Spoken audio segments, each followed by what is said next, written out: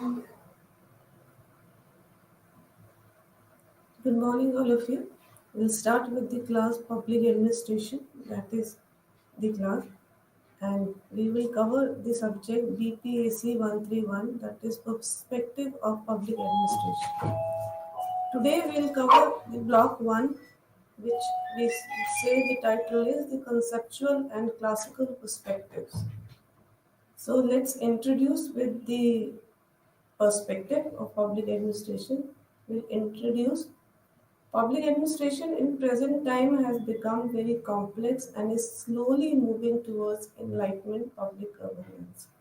Thus, to define the term public administration and its relation between public and private administration will bring some of the significance about what we say is public administration. Let's go through the meaning of public administration. So, public administration could be defined by first understanding the meaning of the word administration. Administration is derived from the Latin word which is ad plus ministration, which means to care for or to look after people, to manage affairs. Public or private affairs, in literary sense, the term administration is managing affairs. It could be political, it could be social, any of the affairs. Public administration therefore puts an effort through which we lay down goals and objectives. The goals and objectives which we set are to be fulfilled by this administration. Administration means organizing and using men and material in order to accomplish a purpose or a goal. It joins groups of people who coordinates and cooperate so that the desired goals are achieved based on this setting administration.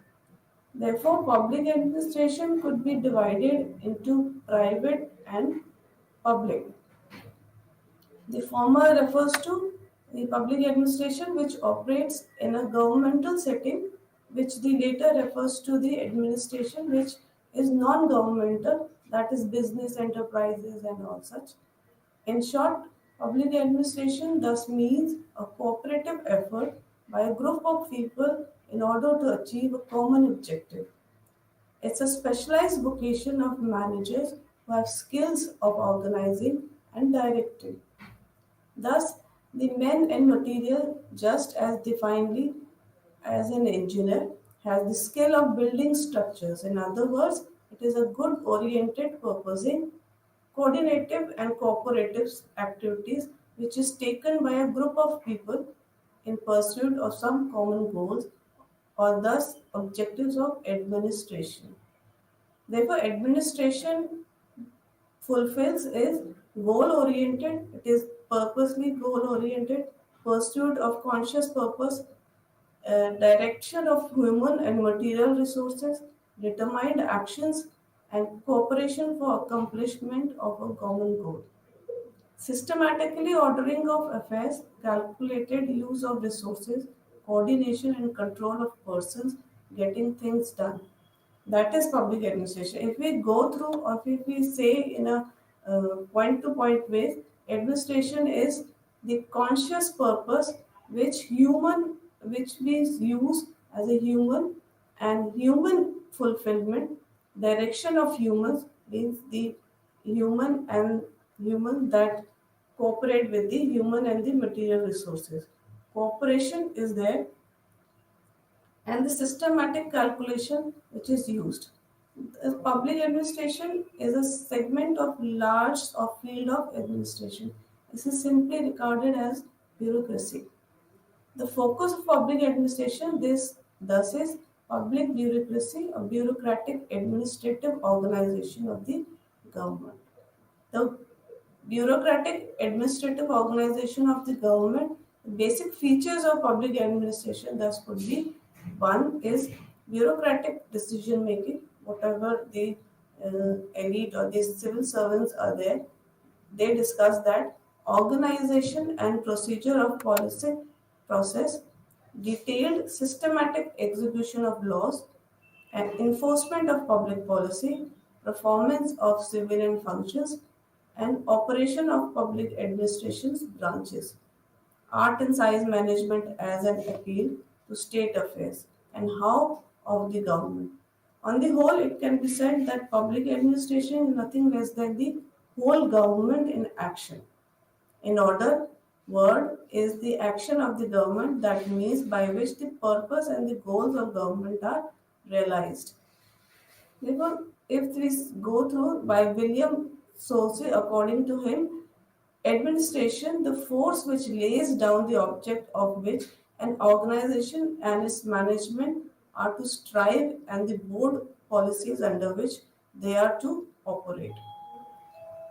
Therefore, an organization which combines the necessary human beings, materials, tools, equipments, and working space through put together in a systematic and effective correlation way is called administration.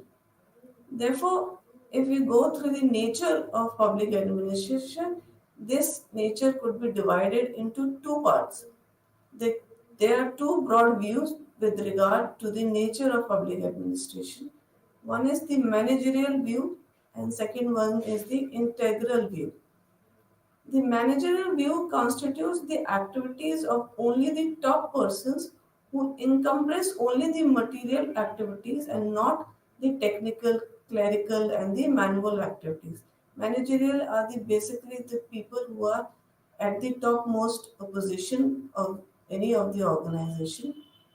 And the integral view could it comprises with the activities which are undertaken and accomplished by a given objective. Thus, the people who are like the clericals and all, they are the integral view. According to this view, constitutes the activities of all persons from bottom,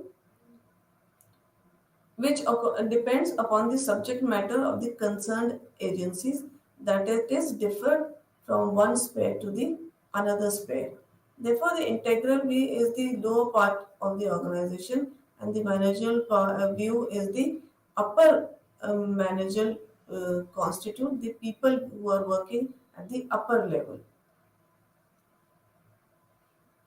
There are two, then we go to the scope of the public administration. That is, there are two views regarding the scope of public administration, the post-caudal view and the subject matter view.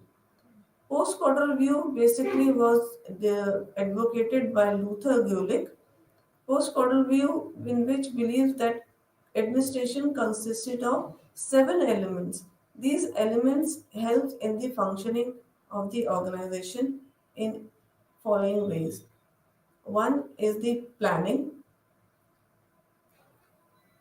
P for planning, S for O for organization, building up the structures of the authorities which the entire work is to be done, making decisions and the issuing orders and instructions employed them for the guidance of the staff. Second is the coordination, interrelating the various parts of the work, eliminating the overlapping of the concepts. Reporting, last we say in the post-caudal view, is the reporting, keeping superiors and the subordinates informed of what is going on and arranging for the collection of such information through inspections, research, and records. Last in the post-caudal view is the budgeting. All what goes through budgeting is the form of fiscal planning, accounting, and the mm, controlling of the fiscal budget of the organization. Thus, is we go through the post-caudal view by the Lothar Gulick. Next is the subject matter view. With the course of time, again, the view that we realize that the post-caudal activities can neither be the whole of the public administration or even the significant part of it. Therefore, the real core of administration consists of various services performed by the people like defense, health, agriculture, education, social security, etc. These are the other perspectives of administration which is also covered in it. Thus, subject oriented view is the knowledge of the subject matter. Whatever and whatever the purpose, whatever the aim is there of that organization, what is the knowledge about it. Should have the knowledge about that subject matter. It lays emphasis on the services regarded and the functions performed by an administrative agencies. It also advocates that the substantial problems of any agencies depend upon the subject matter, e.g., services and functions with which it is concerned. Therefore, it is rightly observed that prose caudal and the subject matter are two blades of the scissor of the public administration. Therefore, if we go through further in explaining what is public administration, we there are two other parts. Public administration refers to the business of the state and is concerned with the ends and the strategies of the government, like policies making, programs, decisions, and operation in a political governmental settings. Therefore, if we say public administration, we could divide these two into public administration and the private administration. Public administration refers to the government strategies and the government policies like programs and decision, whatever the government are there, which is operated in a political and a governmental settings. Other is the private administration. On the other hand, refers to the management of business owned and operated by the private individuals. Thus, if we go through the differences between the public and the private administration, public administrations aims at public services and promote community welfare, characterized by service motion. Basically, public administration refers to the uh, work which is done by for the society or the country or the welfare of the social reforms. Okay? Whereas private administration is characterized by the profit motive and its object is to maximize profit, which is not there in the public administration. Public administration refers to the welfare work and private administration refers to the profit making. It is subject to political direction in most policy matters. Public administration refers to policies, making policies and programs for the welfare of the society, for the citizen of the country and all. Whereas private administration directly emerges through all the political directions, not involving any of the political direction, but the private thing which is only concerned with the particular organizations or the institute. Impartially give equal treatment to all. Public administration gives equal treatment to all citizens without any favor and have a specific tenure is quite secure. In public administration, the tenure of the organization or the tenure of the people working there is quite secure. Whereas in private administration, can practice preferable treatment and discrimination is freely practiced in that. Now, if we go through public administration and private administration, both these are the points which the countries govern the public and private administration. Public administration monopoly of the government is well, basic work is done by the governmental agencies and governmental organizations and governmental offices there, which is external financial control in which public administration is basically controlled by the government agencies. External financial control, financials are also controlled externally, and which which is basically is controlled by the legislature. Legislature authorities the income and the expenditure of the executive. The finance of the public administration is controlled by the legislature, and legislature authorities they decide the income and the expenditure of the executives. Whereas in the private administration, it is controlled by the external finance which is freely managed by the finances of the organization by itself. Thus, public administration has acquired certain distinctive features which distinguish it from private and the public administration, which is distinctly divided it from the private administration. Now, if we go through the similarities of public and private administration, the specific similarities between public and private administration is first thing, the managerial techniques and skills of planning, organization, coordination, and controlling are the same in both of them. The techniques which are involved are planning, organization, and other parts in the managerial part, both are the same. Both are organized on the basis of the principles of hierarchy. In whether it is in public administration or in private administration, the organization is based on the principles of hierarchy. Both have uniformity in accounting, office management, procedures, purposes, disposable, statistics, stocking. Everything is the same as there is in the private administration. Further, if we go through, both are being influenced by the practices and standard of each other. They are influenced by the people, they are governed by the people, both public and the private. Both have similarities so far as the problems of organization, personnel, and finances are concerned.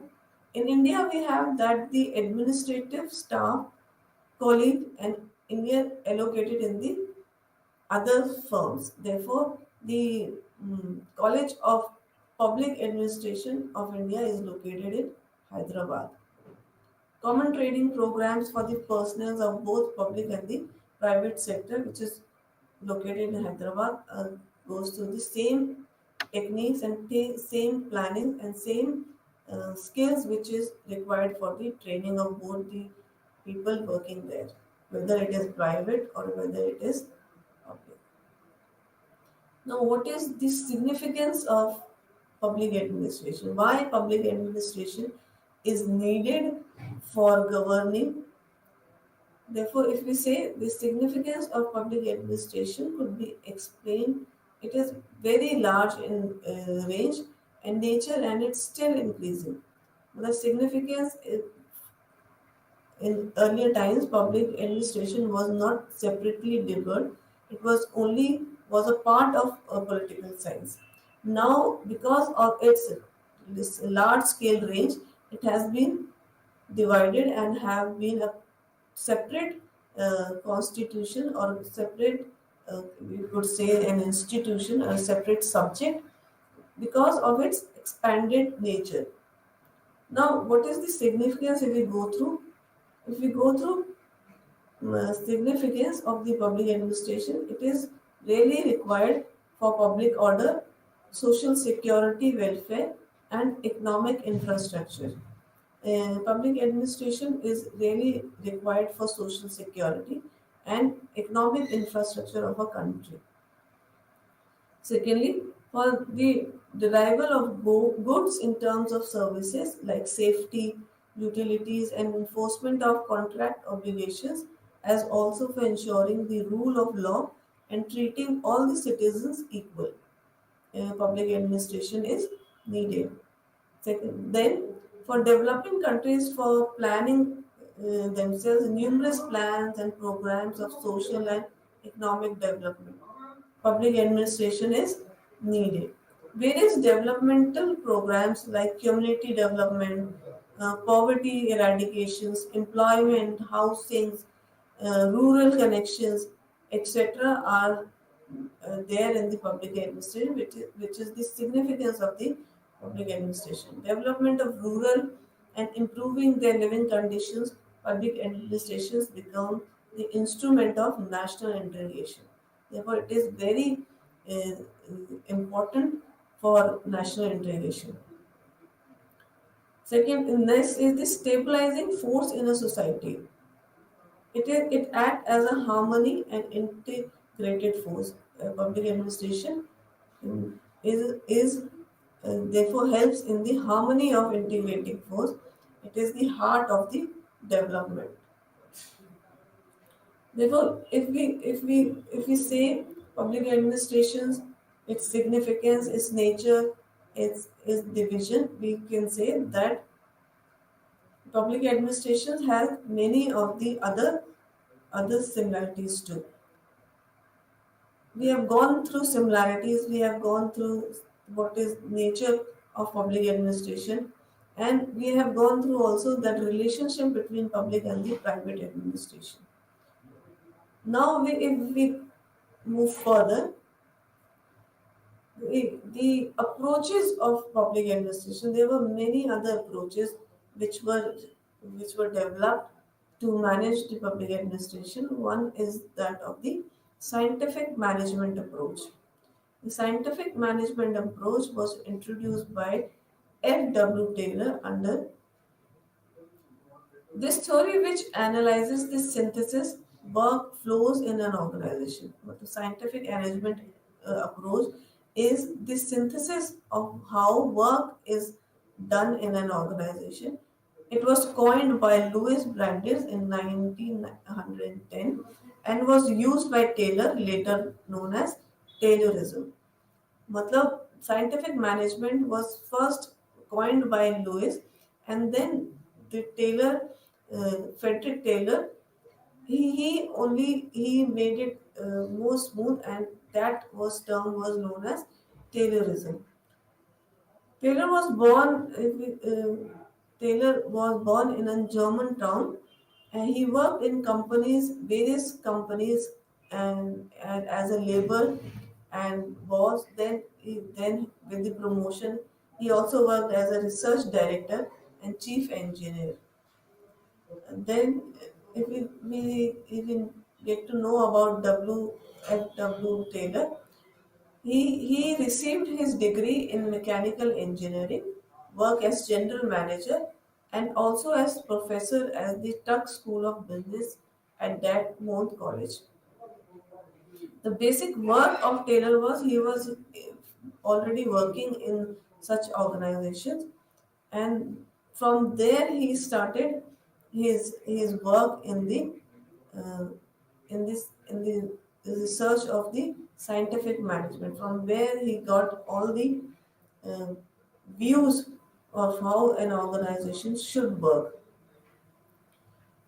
The first publication of the Taylor was done in other other scenarios.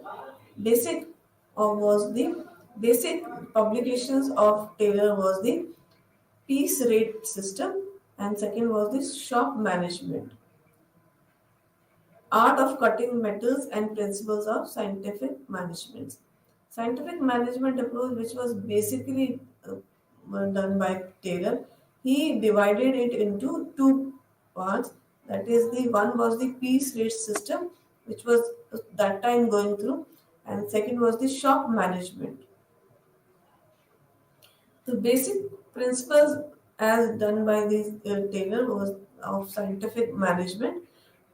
Taylor, in his scientific theory of management, believed that in order to improve the functioning of the organization, scientific principles needed to be applied. They were also relevant to motivate the workers for increasing outputs.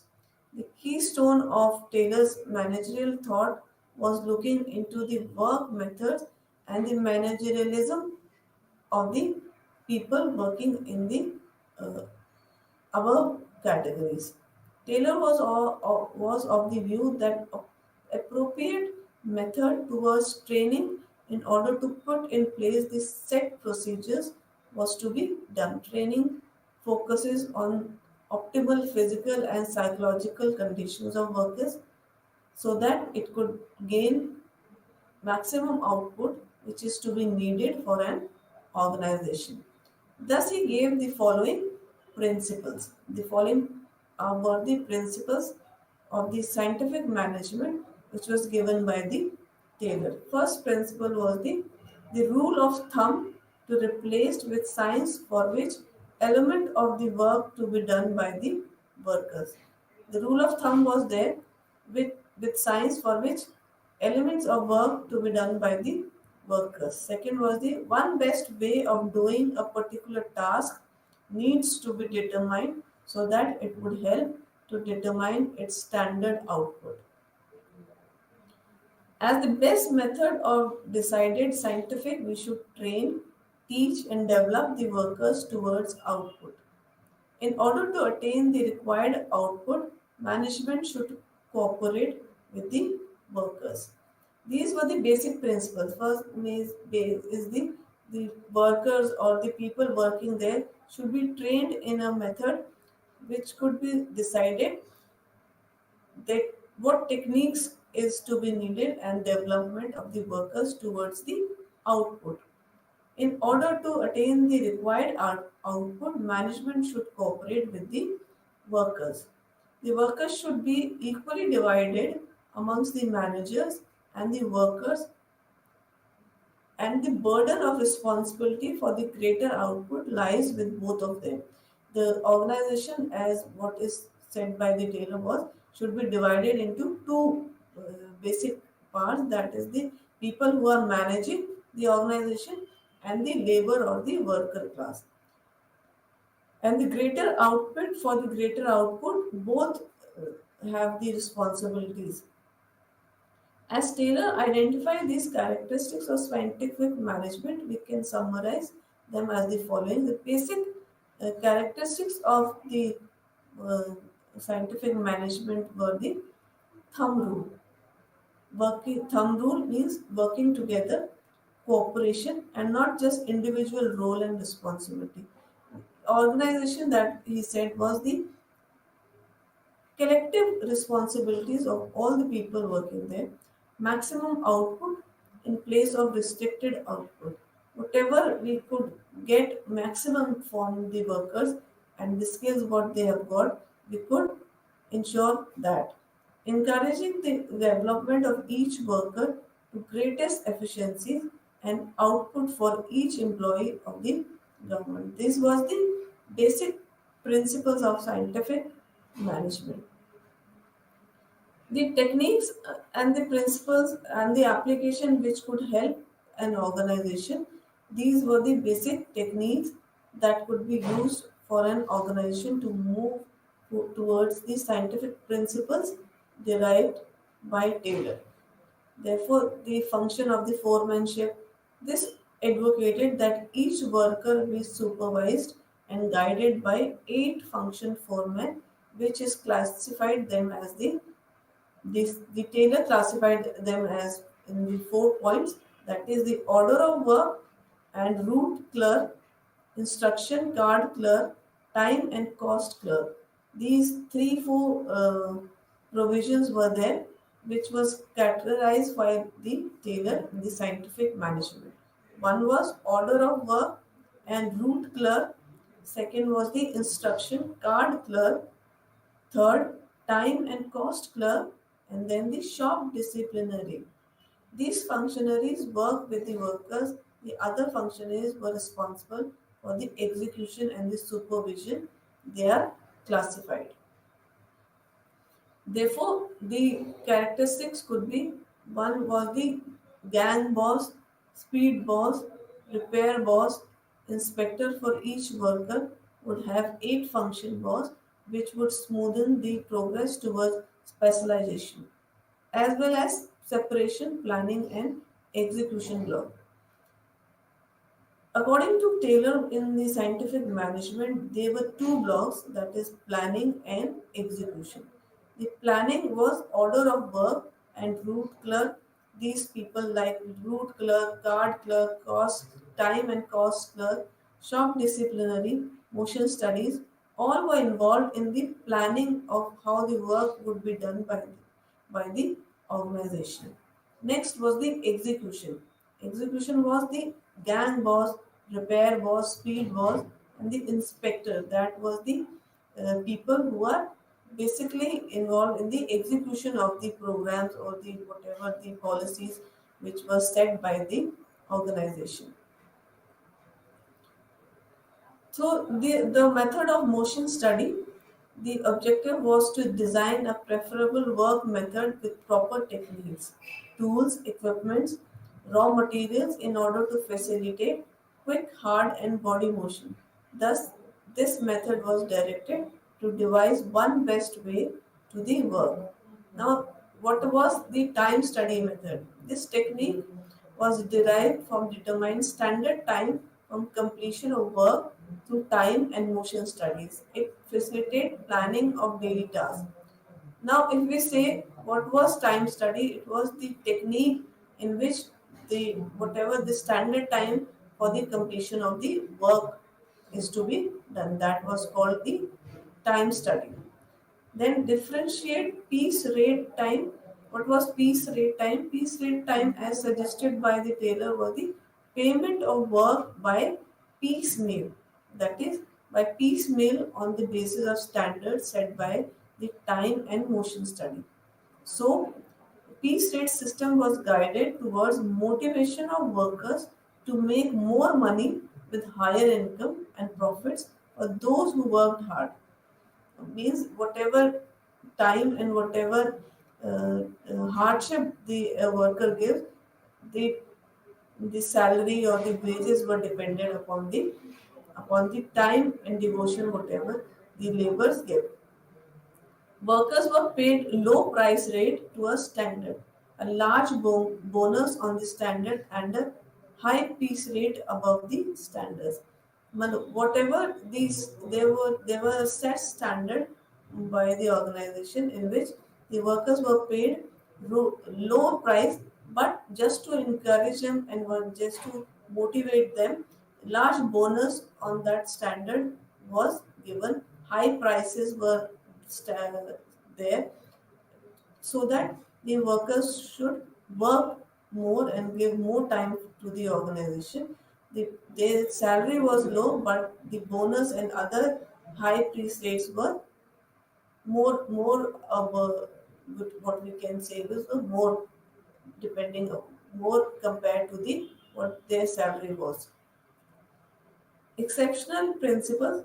Taylor stated that as standards have been set for work and rewards for achieving targets, the managers had to encourage exceptional work and not just focus on standard performance. Standard performance by Taylor, we could say that standard performance is specific time and specific uh, skills which is needed in a fixed time. Whereas in by the exceptional principle which was done by Taylor, it encourages exceptional work and not just focus on the standard performance. That this was the uh, few characteristics of the scientific management.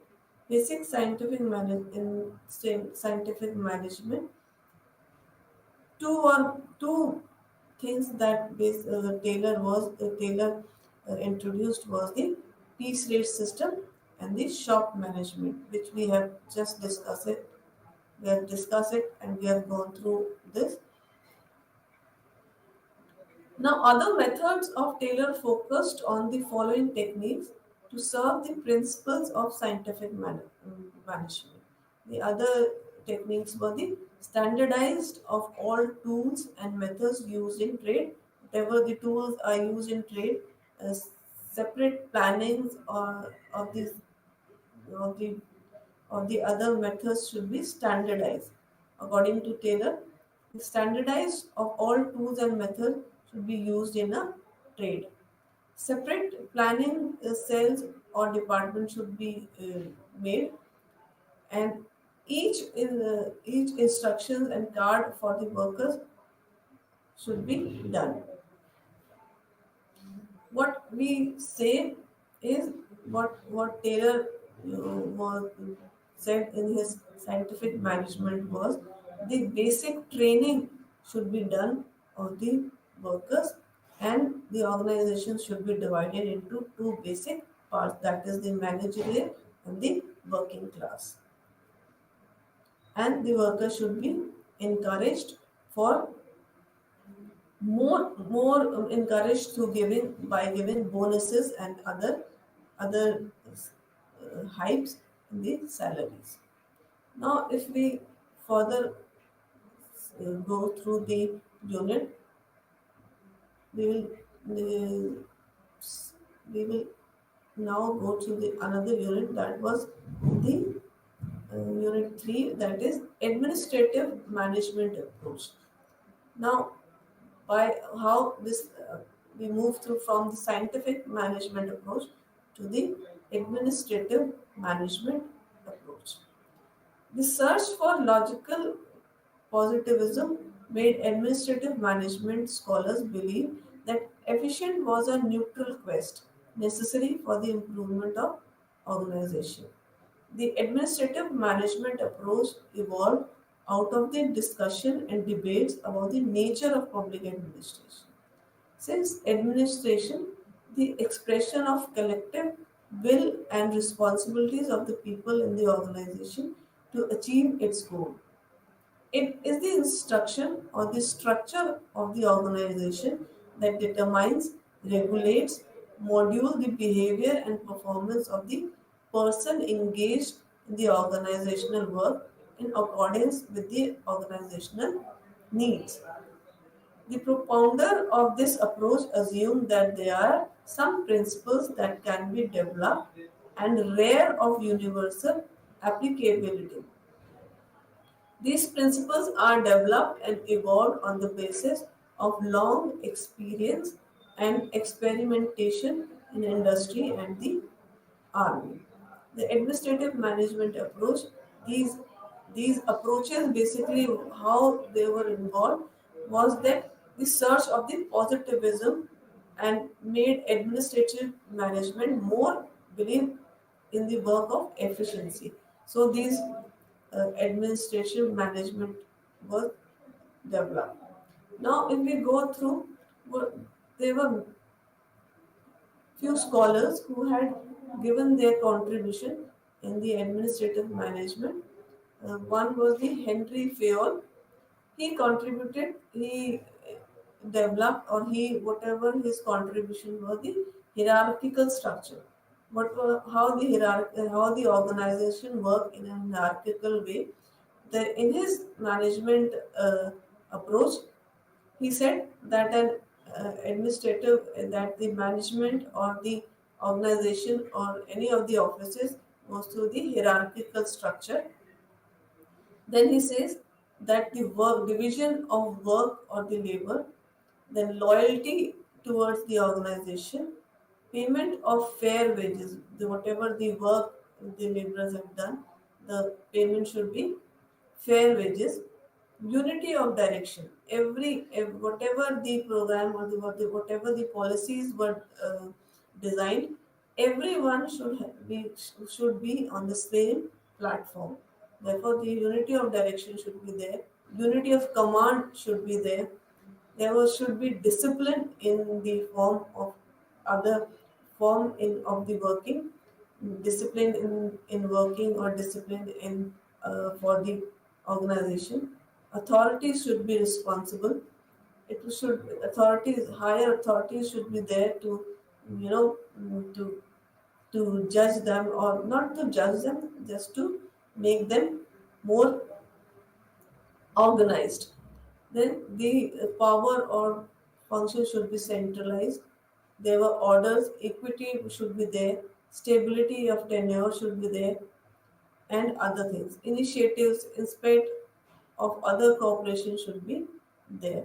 So Henry Fayol contributed that whatever he said in his administrative approach was that there should be hierarchical structure, the unity of direction and unity of command should be there. The vision of work labor should be there. Loyalty towards the organization should be there. And the payment should be fair wages. A power should be centralized and there should be equity. These were the contribution by the Henry Fayol. Next, if we say the thinkers were the Leiden Lurick, he has 8 principles on which organization function.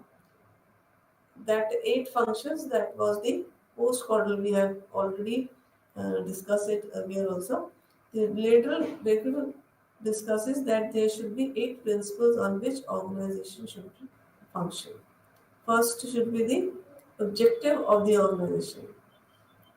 Next was the authority and the responsibilities and span of control. What were the span and control of the organization? Coordination should be there.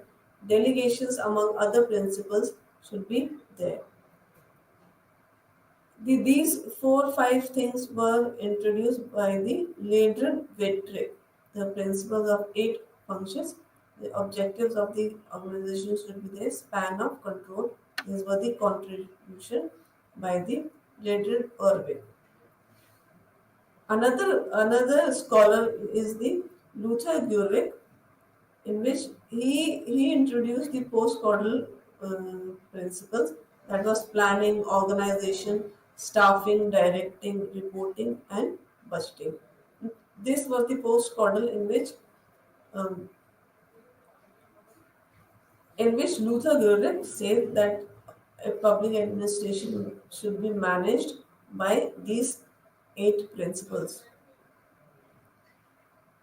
Last is the Monroe and the Rayleigh principles. Principles of administration contributed 4 things. Monroe, Rayleigh contributed 4 things. One was the coordinative principle, then the scalar principle, the functional principle, and the staff line principle. According to Monroe, coordination should be there among the working classes and the managerial classes.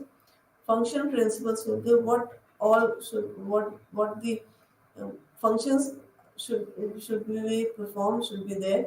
Staff line principles should be there. Then the another scholar was Mary Parker Forte.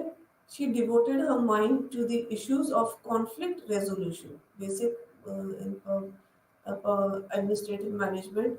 What she said was that the conflict should be resolved to get an higher development or higher output. Power, she devoted her mind that conflict resolution should be there. Power, authority, responsibility, and leadership should be adequate in the organization. For to give adequate attention to the importance of coordination the, in the task involved. Clear definition of objective relating the immediate purpose of the large one, relating separate plan to the general one. The main elements of other objectives as observed have been the following, that all the management should be manage oriented theory does not give adequate attention to the problems of worker, lack of importance to information organization, concepts borrowed from the military sciences, mechanical approaches. These principles are based on the assumption that organization are closed system and the rigid structure created by this principle do not work well under the unstable conditions. Therefore, the relevance of the administrative management approach. What was the relevance? Why is it so important for administrative management approach, or we could say the management approach? Scientific approach we have done. Now the management approach. What are its relevance? Relevance is it it provides a solid foundation for modern public administration. It includes the primacy of the rule of law. It includes a concern for efficiency in service delivery. It emphasizes probability in the use of public funds. It lays down the basic for a strong system of accountability that runs through every level. Management training, education, and research. These principles stress on scientific judgment and logical thinking. Seventh one is effective administration. Uh, it gives effective administration more affected like the principle of unity of command, scale change, and unity of direction contributes a lot in ensuring a systematic and smooth functioning. It also fulfills social responsibilities. They are not only the guidance for achieving organizational objectives, but these principles guide the managers to perform social responsibility. Principle of fair remuneration. Also, utility, the relevance is it also maintains the utility in meeting the changing environment. The training of the employees determine the changes in right direction and in the right level. Next is the optimism, utilization of resources. The application of principles bring into the functioning of the organization the element of maximum gain and the with minimum cost. This application also is important because it gives the optimum utilization of the resources in which the organization the element of the maximum gain and the minimum cost. They provide managers with useful insight into reality. Management approach gives the inside view of how we have to manage all the affairs in an organization, starting from top to the bottom. This was the management approach. Now, Unit 4, we will go further, was the bureaucratic approach. In the first unit, we have covered what was the nature of the public administration scope. Now, the third approach was the bureaucratic approach. Bureaucracy is a social entity that constantly interacts with politics and society.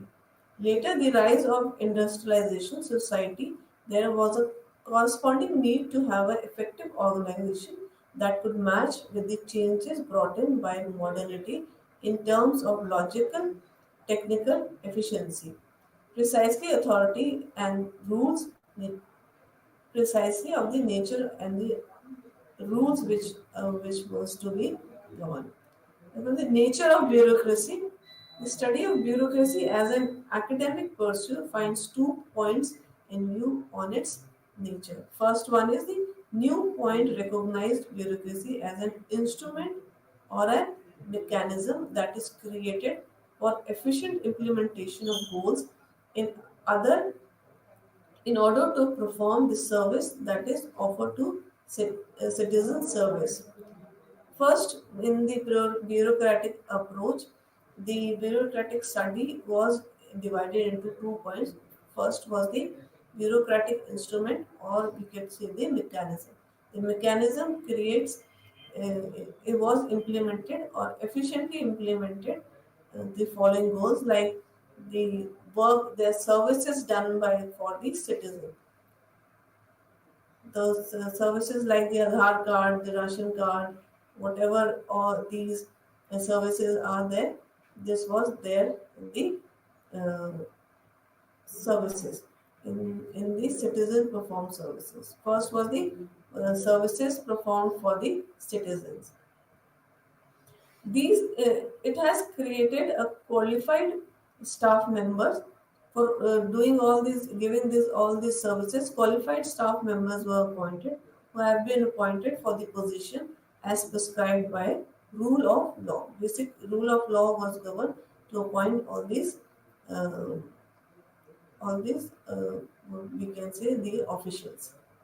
Second is bureaucracy mainly as an instrument of power to exert control over its member or citizens, either in the interest of the bureaucracy system or in favor of any vested interest. In fact, the second point of view intends to decide the process of bureaucratization as the extension of the power of a bureaucratic organization over many areas beyond its initial purpose, and indicates that the twofold aspect of bureaucracy cannot be viewed as separate and contradictory, but rather they reveal the possibilities inherited in the bureaucracy.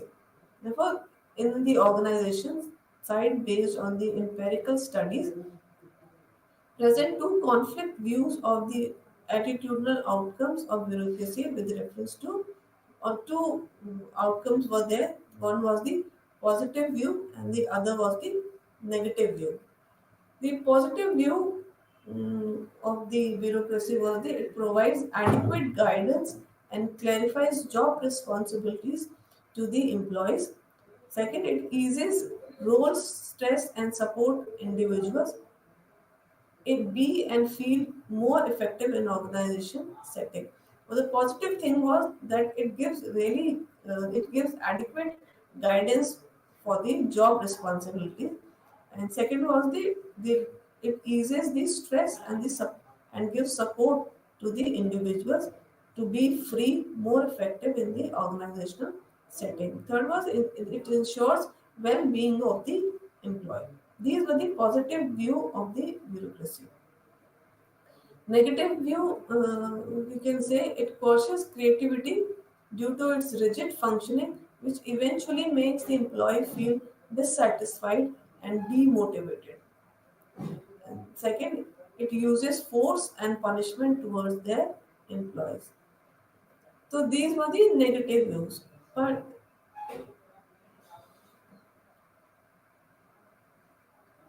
now there were few we can say the thinkers of bureaucracy. The Before the bureaucratic structures came up, there were the pre-webinar bureaucratic narratives. That is, it has been often created in public administration literature that Max Weber was the foremost thinker of modern bureaucracy. But it has to be noted that prior to Weber, there were many scholars like J.S. Mill, G.W.S. Hegel, Karl Marx, etc., who had set the stage of comprehensive discussion on bureaucracy and examine its role in capitalist economy. So before webinar, what were mm, these were the thinkers who set the platform for the modern bureaucracy. One was the most important was the J.S. Mill. J.S. Mill essay entitled Consideration of Representative Government was written half century before Max Weber. This is the pre-webinar bureaucratic narrative that is before Weber publication. J.S. Mill had said about the bureaucracy. According to J.S. Mill, bureaucracy implies direct work of government, and sometimes it refers to bureaucrats as the accurate government. In terms of recruitment, Bill prefers to have recruitment based on merit, where the candidates' intelligence, education, and political government skills could be tested. Bureaucracy as the permanent strength of the public service and the bureaucratic functions as highly professional in nature. Bill recommended tests for selecting the best officers. Rule for promotions, he said there should be rules for the promotion, appropriate provisions for order and convenient transactions of business should be there. Good record keeping methods should be used. Proper measures for responsibilities and accountability should be there. Mill sets limit to political executives in relation to bureaucratic interference on the grounds that they lack knowledge, experience to direct the public service. In Mill's view, administrators engaged in corrupt practices can be removed by political executives or elected members as they are responsible for the people and scrutinizing the work of administration. His work tried to bring a democratic spirit in exercising governance by applying multi-stakeholder approach. J.S. Mill, we can understand that public bureaucracy is not just legitimate arm but also initial constitute of good government. Present-day governance with narrative as citizen, civil participation and communal governance can be attributed to the writing of J.S. Mill. J.S. Mill, according to J.S. Mill, all these terms were there for the bureaucracy. Now, Hegel's perspective of bureaucracy, Hegel acknowledged bureaucracy as the main governing organization in the modern state. G. W. Friedrich Hegel was his full name. Deliberately, how liberal state can be organized and endorse the role of civil service as an essential element of government. The key features by the Hegel were the civil services. Hegel envisions what a modern bureaucratic includes the following features: the functional division of authority, principle of hierarchy, separation of office from its enthronement, merit-based recruitment through completion, the renewment, exercise of authority, and completion of common good. These were the points of Hegel's modern bureaucracy. Hegel's theory of bureaucracy activities based on practical philosophy. His perspective of bureaucracy was practical philosophy. Modern bureaucracy, according to Hegel, is to realize the political norms in concerned situation and to subsum the later political under the universal norm. Whatever the universal norms were there, he was there. Uh, he was there. He realized the political norms should be concerned about it. Hegel's theory of bureaucracy would serve as a new means of sustaining the constitution. These were the perspective of bureaucracy by Hegel. Now, Marx's view of bureaucracy. Marx's proposition of bureaucracy was set at the backdrop of capitalist society. There, this status of state is general, and bureaucracy in particular was far from holding universal interest. Power is normally understood by Marx's observation as the presence of class and its relationship to economic production in society and not the state. Hence, the view on bureaucracy, according to Marx, could be he viewed that bureaucracy is no less than an apparatus that exhibits the representative characters of the state. Marx features of bureaucracy such as hierarchy and functional differentiation asserts that it can only lead to incompetence of the incumbent.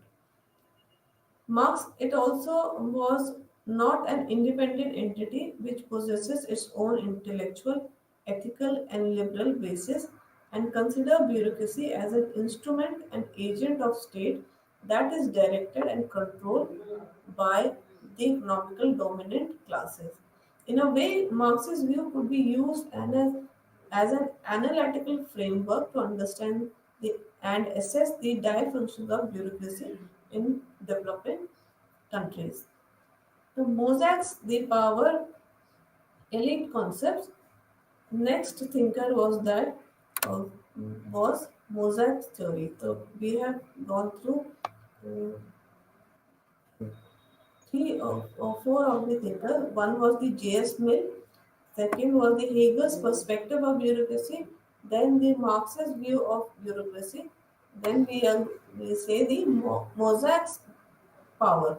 Mosaic defined bureaucracy as a political organization with an extensive number of public services received their salaries from the government for the performance of public duties, demanding a greater specialization of function, a far greater discipline in all grades of political administration and military services. According to Mosaic, as cited by Feudal State, is a political organization where executive functions of the state like economic, judicial, administrative and military would be exercised by the same individuals in a bureaucratic state. Mosaic limited their work only to sociological of power, administration and authority and seldom made attempts to examine this subject of bureaucracy in depth of zooming on its political and organization dimensions. Now, these were the things by the Mosaic. The bureaucratic approach of Max Weber. Now, the basic, the main thinker of bureaucracy were Max Weber. These were what we said was J.S. Mill, Hegel's. They are thinker who came before Max Weber. Now, what Max Weber thinks about bureaucracy? Max Weber observation on bureaucracy emerged out of a social historical forces such as period of absolute monarchy. When his observation came, that was the time of absolute monarchy in the West and the subsequent phase of national sovereignty, growth of industry, community, and working class tradition. Weber's bureaucracy cannot be restricted in merely providing guidelines to managers. Indeed, Weber inclined it to address a plenary debate, but with reference to the basic nature of dominance in society. Weber defined two types of dominance, naming traditional and charismatic. Now, these were the bureaucratic approach of Weber. In Unit 1, we have covered all the form of thinkers. Now, so this was the first unit in which all the thinkers could be discussed. In the next class, if we come, we'll discuss about the general theory of bureaucracy. For this, for today, we'll wind up the class for the public administration. Thank you.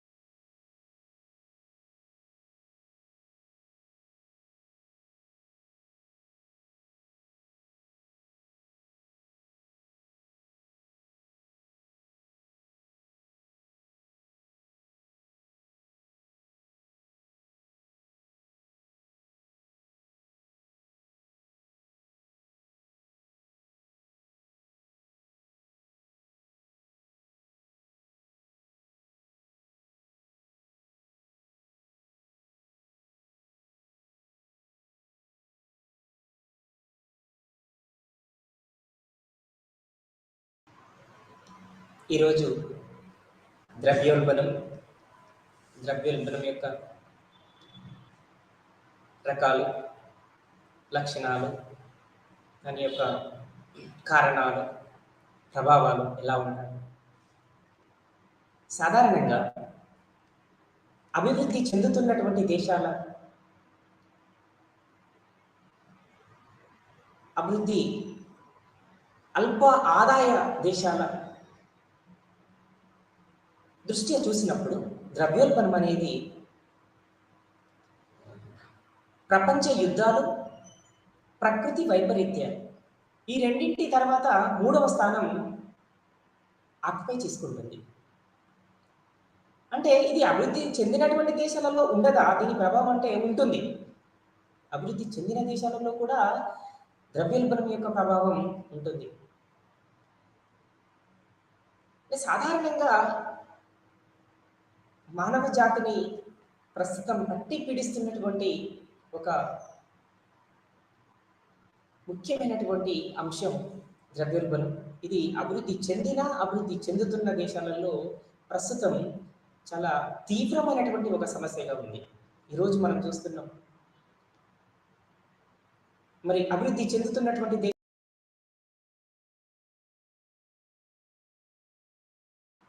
అభివృద్ధి చెందినటువంటి దేశాలైనటువంటి ఇప్పుడు ప్రస్తుతం America ఎదుర్కోబోయేటువంటి సమస్యలు కావచ్చు. అంటే ప్రతి ఆర్థిక వ్యవస్థ కూడా మరి ధరల స్థాయి అన్నది ఒక క్రమ పద్ధతిలో అది పెరుగుతూనే వస్తూ ఉంటుంది. కానీ అది దాని యొక్క స్థాయిని దాటి పెరగడం అనేది, దాని యొక్క డిమాండ్ కంటే అధికంగా పెరగడం అన్నది, లేదా అక్కడ ఉన్నటువంటి కొనుగోలు శక్తి కంటే, ప్రజల యొక్క కొనుగోలు శక్తి కంటే ఎక్కువగా పెరగడం అన్నది కొద్దిగా ప్రమాదకరమైనటువంటిది ఆర్థిక వ్యవస్థకి అని మనం చెప్పవచ్చు. అంటే వస్తువుల యొక్క ధరలు నిరంతరంగా నిరాటంకంగా పెరగడం, వస్తువుల యొక్క ధరలు నిరంతరంగా నిరాటంకంగా పెరగడం, లేదా ఎడతెగకుండా పెరగడం, కంటిన్యూషన్గా పెరగడం, ఎడతెగకుండా పెరగడం. అలా జరిగినట్లయితేనే, నిరంతరాయంగా పెరిగినట్లయితేనే దాన్ని ద్రవ్యోల్బణం అంటారు. కానీ మరి ధరలు అనేది ఒక స్థాయి వరకు హెచ్చుగా పెరిగి ఆ తర్వాత ధరల స్థాయి పడిపోవడం కానీ, లేదా నిలకడకు రావడం కానీ జరుగుతూ ఉంటుంది కొన్ని సందర్భాలలో. అటువంటి దాన్ని మనం ద్రవ్యోల్బణంగా పరిగణించకూడదు. అంటే వస్తువుల యొక్క ధరలు నిరంతరంగా నిరాటంకంగా మరి పెరిగినట్లయితేనే దాన్ని ద్రవ్యోల్బణం అంటారు. పెరుగుతున్నటువంటి స్థితినే ద్రవ్యోల్బణం అంటారు. సాధారణంగా స్థూల అర్థశాస్త్రంలో ద్రవ్యోల్బణానికి అత్యంత ప్రాధాన్యత కలిగింది. ఎందుకోసం అంటే ఈ సాధారణ ధరల స్థాయి గురించి, కొనుగోలు శక్తి గురించి, వినియోగ స్థాయి, పెట్టుబడి స్థాయి, ఉత్పత్తి స్థాయి, ఉద్యోగిత స్థాయి, సార్థక డిమాండ్ స్థాయిని పూర్తిగా క్షుణ్ణంగా వివరణాత్మకంగా అధ్యయనం చేసేది స్థూల అర్థశాస్త్రం. కాబట్టి మరి ఈ ద్రవ్యోల్బణ భావన అనేది కూడా స్థూల అర్థశాస్త్రానికి సంబంధించినటువంటి ఒక భావన. మరి చాలా మంది అర్థశాస్త్రవేత్తలు కూడా వారి వారి మాటలలో చాలా వివరణాత్మకంగా నిర్వచించడం జరిగింది. సాధారణంగా క్రౌదర్ అనేటువంటి ఒక ప్రొఫెసర్, క్రౌదర్ ప్రకారం ద్రవ్యోల్బణ స్థితిలో ద్రవ్య విలువ తగ్గి, ద్రవ్యం విలువ తగ్గి ధరలు పెరగడం. ద్రవ్యోల్బణ స్థితిలో ద్రవ్యం విలువ తగ్గి ధరలు పెరగడం అంటే ఆ స్థితిని ద్రవ్యోల్బణం అంటాడు క్రౌదర్. మరి హ్యాట్రే ప్రకారంగా the over issue of currency అంటాడు. అంటే అధికంగా కరెన్సీ నోట్లను జారీ చేయడం, అంతే ద్రవ్యోల్బణం. అధికంగా కరెన్సీ నోట్లను జారీ చేయడం ద్రవ్యోల్బణం అంటాడు హ్యాట్రే. ఇంకా ఇక్కడ ఉన్నటువంటి మనకు ఫిషర్స్ ఏసీపీకు ప్రకారం కావచ్చు. అంటే వస్తు సేవలను కొనుగోలటానికి వాటి యొక్క కొనుగోలు రాశి ద్రవ్యరాశి కొనుగోలు రాశి తక్కువగా ఉండి, కొనుగోలు శక్తి తక్కువగా ఉండి మరి ద్రవ్యరాశి ఎక్కువగా ఉండడం, ఎక్కువగా జారీ చేయడం. అంటే ఇక్కడ వస్తు సేవలను కొనడానికి ఉపయోగించేటువంటి ద్రవ్యరాశి తక్కువగా ఉండి లభ్యమైనప్పటికీ దాని యొక్క విలువ తక్కువగా ఉండటం, ధరలు హెచ్చుగా ఉండటం. మరి పీకు ప్రకారంగా వాస్తవిక ఆదాయంలో పెరుగుదల కన్నా ద్రవ్య ఆదాయంలో పెరుగుదల ఎక్కువగా ఉండటం. వాస్తవిక ఆదాయంలో పెరుగుదల కన్నా ద్రవ్య ఆదాయంలో పెరుగుదల ఎక్కువగా ఉండడం. అంటే ఇక్కడ మనం ఏసీ పీకు ప్రకారంగా ఇక్కడ మనం ఒక నిర్వచనం క్లియర్గా మనం అర్థం చేసుకోవచ్చు. ఎలా అంటే మనం సరుకులు తెచ్చుకోవడానికి, సాధారణంగా సరుకులు తెచ్చుకోవడానికి మనం బజారుకి వెళ్ళినప్పుడు మామూలుగా మనం సాధారణ సమయంలో ఏం చేస్తాం, పాకెట్లో కరెన్సీని తీసుకెళ్ళి సరుకులు మరి పెద్ద పెద్ద బ్యాగులలో మనం సరుకులు తీసుకొస్తాం. కానీ మరి ద్రవ్యోల్బణ పీరియడ్ సమయంలో ఇది ఏసీపీకి యొక్క నిర్వచనం ప్రకారం ద్రవ్యోల్బణ సమయంలో ఎలా ఉంటుంది మరి అంటే ద్రవ్యోల్బణ సమయంలో మామూలుగా బ్యాగులలో కరెన్సీని తీసుకెళ్ళి పాకెట్లో సరుకులు తెచ్చుకోండి. సాధారణ సమయంలో అయితే ఏం చేస్తాం, మన పాకెట్లో కరెన్సీ తీసుకెళ్ళి బ్యాగులలో బ్యాగులలో వస్తు రాశిని సరుకులు తీసుకురావడం. కానీ ద్రవ్యోల్బణ పీరియడ్లో ఏసీపీకు నిర్వచనం ప్రకారంగా ద్రవ్యోల్బణ సమయంలో ఎలా ఉంటుంది అంటే సరుకులని బదులుగా కరెన్సీని సంచులలో తీసుకెళ్ళి సరుకులని పాకెట్లో తెచ్చుకునేటువంటి స్థితి, ఇది ద్రవ్యోల్బణంగా చెప్పవచ్చు. ఇంకా ఫిషర్ అనేటువంటి అర్థశాస్త్రవేత్త ఏమంటాడంటే తక్కువ వస్తు రాశిని ఎక్కువ ద్రవ్యరాశి తరమడం. అంటే మనం సాధారణంగా అంటే ఇక్కడ ఫిషర్ ప్రకారంగా సాధారణంగా మనం ఒక చాక్లెట్ కావాలంటే ఒక ₹1 పే చేస్తాం. ₹1 పే చేస్తే ఒక చాక్లెట్ వస్తుంది. ఇది ఒక క్రమ పద్ధతి, సాధారణ విషయం. కానీ అదే చాక్లెట్ని మనం ఒక ₹50 పెట్టి ఒక చాక్లెట్ ₹1 చాక్లెట్ని మనం కొనుగోలు చేయడం, ఇగో ఇక్కడ దీనిని ఏమంటాము అంటే తక్కువ వస్తు రాశిని ఎక్కువ ద్రవ్యరాశి తరబడం అన్నాడు ఫిషర్ ప్రకారంగా. ఇంకా కీన్స్ అభిప్రాయంలో వర్తమాన లేదా ప్రస్తుత ధరల వద్ద వస్తువులకున్న సమిష్టి డిమాండ్ వస్తువుల యొక్క సమిష్టి సప్లై కన్నా ఎక్కువైతే రెండింటి మధ్యన అసమతుల్యం ఏర్పడటం వల్ల సాధారణ ధరల స్థాయి పెరుగుతుంది. ఏమంటారు, వర్తమాన లేదా ప్రస్తుత ధరల వద్ద వస్తువులకున్న సమిష్టి డిమాండ్ వస్తువుల సమిష్టి సప్లై కన్నా ఎక్కువైనట్లయితే రెండింటి మధ్య ఒక అసమతుల్యం అనేది ఏర్పడుతుంది. ఈ అసమతుల్యం వలన సాధారణ ధరల స్థాయిలో మార్పు వస్తుంది, సాధారణ ధరల స్థాయి పెరుగుతుంది. దానినే ద్రవ్యోల్బణం అంటాడు కీన్స్. మరి నిజమైనటువంటి ద్రవ్యోల్బణం అంటే ట్రూ ఇన్ఫ్లేషన్ కీన్స్ ప్రకారంగానే మనం చెప్పవచ్చు. అంటే సంపూర్ణ ఉద్యోగిత సిద్ధించిన తర్వాత ఇది అప్పుడప్పుడు ఏర్పడేటువంటి ఒక దశ. అంటే ఈ దశలో కూడా కీన్స్ సమిష్టి డిమాండ్ సమిష్టి సప్లైల మధ్య ఉన్నటువంటి ఆంతరం ఎలా ఉంటుందో అతను దాన్ని పరిగణ తీసుకొని నిర్వచించాడు. మరి సాధారణంగా ద్రవ్యోల్బణం అనేది దాని యొక్క స్థాయిని బట్టి ఎలా ఉంటుంది, ఎన్ని రకాలుగా ఉంటుంది అంటే ఇక్కడ మనం క్రీపింగ్ ఇన్ఫ్లేషన్, ప్రాకే ద్రవ్యోల్బణం అని, నడిచే ద్రవ్యోల్బణం అని, పరుగెత్తే ద్రవ్యోల్బణం అని,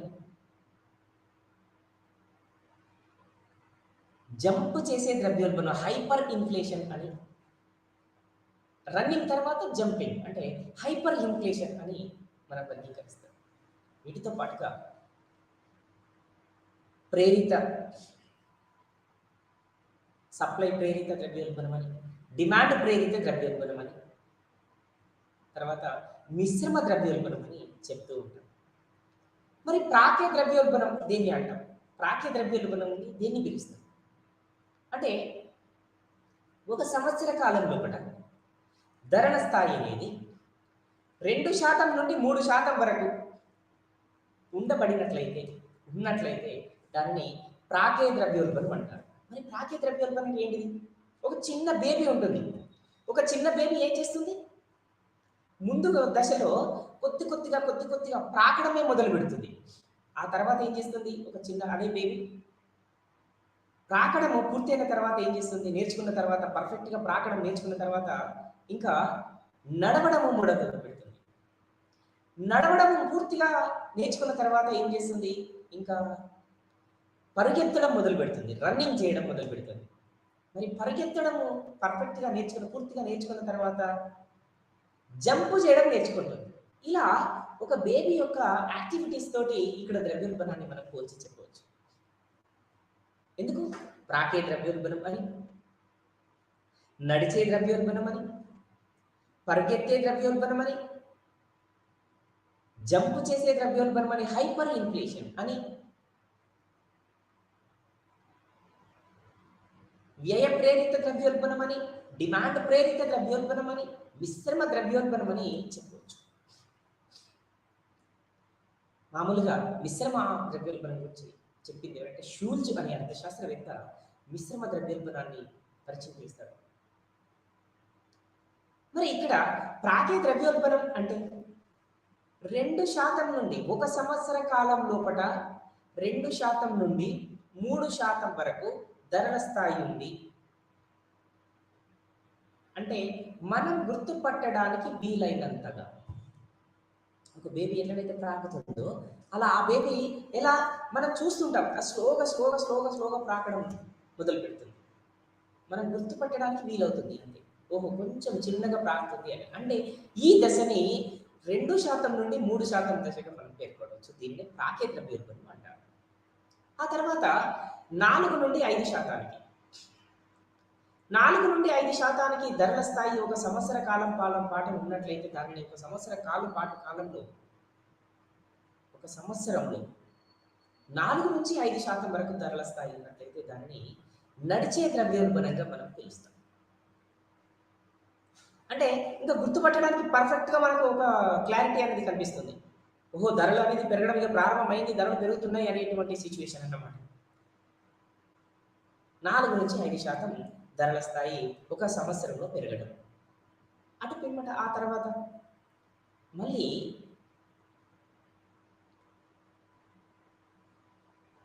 పరిగెత్తే ద్రవ్యోల్బణం.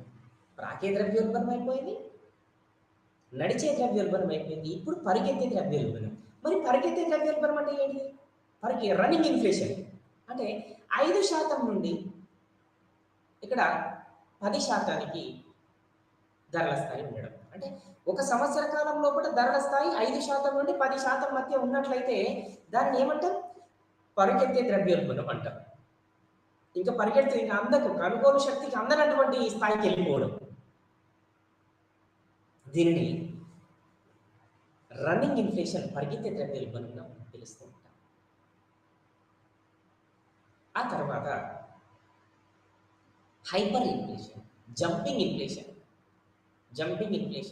లేదా హైపర్ ఇన్ఫ్లేషన్ అంటాం. ఇక ధరల స్థాయి ఒక సంవత్సర కాలంలో ధరల స్థాయి ఒక ఆర్థిక వ్యవస్థలో ఒక సంవత్సరంలో ధరల స్థాయి 10% నుండి 10% పైన ఉన్నట్లయితే దాన్ని ద్రవ్యోల్బణ రేటు స్థాయి, అబౌట్ 10% ఉన్నట్లయితే దానిని జంపింగ్ ఇన్ఫ్లేషన్ అంటారు, హైపర్ ఇన్ఫ్లేషన్ అంటారు. ఇక సగటు మానవునికి ఇది అందనటువంటి స్థితి. సగటు మానవుడికి ఇది అందనటువంటి స్థితి. అంటే ఇటు పరిగెత్తే ద్రవ్యోల్బణం కానీ, ఇటు హైపర్ ఇన్ఫ్లేషన్ కానీ, జంపింగ్ ఇన్ఫ్లేషన్ కానీ, పరిగెత్తే ద్రవ్యోల్బణం కానీ, ఈ 2 ద్రవ్యోల్బణ సమయం లోపట ఆర్థిక వ్యవస్థ లోపట ఇక్కడ 2 కోణాలుగా విడిపోతుంది ఆర్థిక వ్యవస్థ. 2 దశలుగా, 2 విభాగాలుగా విడిపోతుంది. ఏంటిదది అంటే, ఒకటి ధనిక వర్గం అని, మరొకటి పేద వర్గం అని. కారణం ఏంది? ఈ 2 ఇన్ఫ్లేషన్లు ఉన్న సమయం లోపట పేదవారి యొక్క ఆదాయం ఇంకా తగ్గిపోతుంది. పేదవారు మరింత పేదవారుగా తయారవుతారు, ధనవంతులు మరింత ధనవంతులుగా కూడా తయారవుతారు. దీనిని ఆర్థిక వ్యవస్థలో ఒక క్లిష్టతరమైనటువంటి పరిస్థితిని మనం చూడొచ్చు. అందుకే ఈ సమయాన్ని దృష్టిలో పెట్టుకొని, ఈ స్థితిని దృష్టిలో పెట్టుకొని మరి ప్రపంచ యుద్ధాలు, ప్రకృతి వైపరీత్యాల తర్వాత 3వ స్థానం కలిగినటువంటిది ద్రవ్యోల్బణం అని మనం ముందుగానే డిస్కస్ చేస్తాం, ముందుగానే చెప్పుకోవడం జరిగింది. ఆ తర్వాత వ్యయ ప్రేరిత ద్రవ్యోల్బణం. అంటే ఇక్కడ వ్యయ ప్రేరిత ద్రవ్యోల్బణం అని ఎందుకు ఇక్కడ మనం పిలుస్తాం అంటే, వ్యయాలు, వేతనాలు పెరగడం వలన వేతన ప్రేరిత ద్రవ్యోల్బణం అని కూడా పిలుస్తారు దీనిని. వేతన ప్రేరిత లేదా వ్యయ ప్రేరిత. వేతనాలు అంటే మరి భూమికి బాటకం, శ్రమకి వేతనం, మూలధనానికి వడ్డీ, వ్యవస్థాపకుడికి లాభం. వీటిని ఏమంటారు? ఉత్పత్తి కారకాలు అంటారు. ఏంటి అవి ఉత్పత్తి కారకాలు? భూమి, శ్రమ, మూలధనం, వ్యవస్థాపన. మరి ఈ 4 ఉత్పత్తి కారకాలకు సంబంధించినటువంటి ప్రతిఫలాలు ఎలా ఉంటాయి అంటే, భూమికి బాటకం, శ్రామికుడికి వేతనం, మూలధనానికి వడ్డీ, వ్యవస్థాపకుడికి లాభం. ఈ ఉత్పత్తి కారకాల నుండి లభించేటువంటి ప్రతిఫలాలని, వాటి యొక్క ధరలు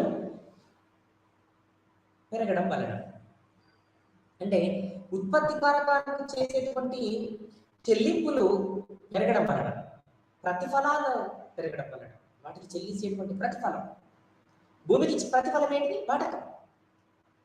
శ్రామికుడికి ప్రతిఫలం వేతనం. వీటి యొక్క స్థాయి పెరగడం వలన భూమి యొక్క బాటకం పెరగడం, శ్రామికుడి యొక్క వేతనం పెరగడం. అంటే ఇక్కడ మనం దీన్ని దేనికైనా చూడొచ్చు, ఉత్పత్తి కారకాల ధరలు పెరుగుతున్నవి అని చెప్పవచ్చు.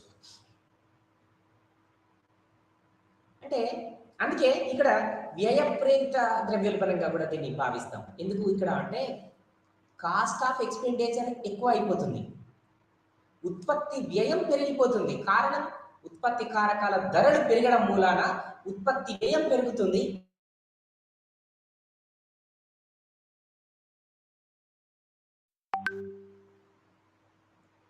ఇక డిమాండ్ ప్రేరిత ద్రవ్యోల్బణం.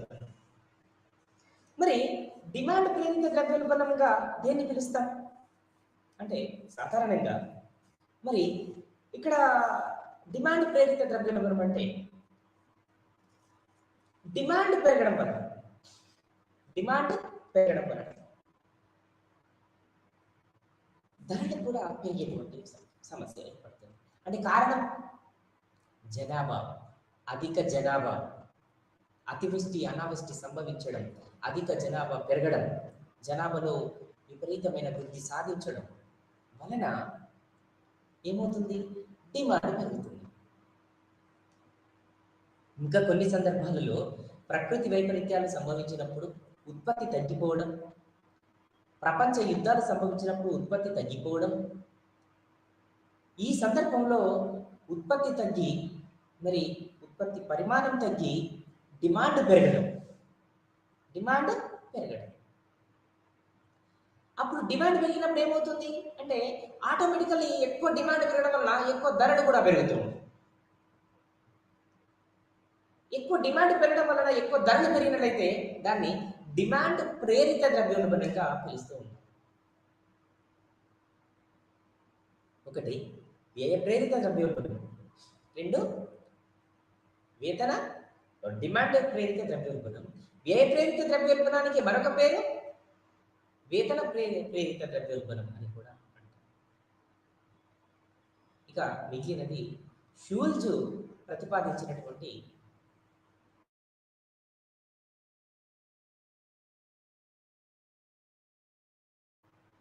మిశ్రమ. ఇక్కడనే మనం గుర్తుపెట్టుకోవాలి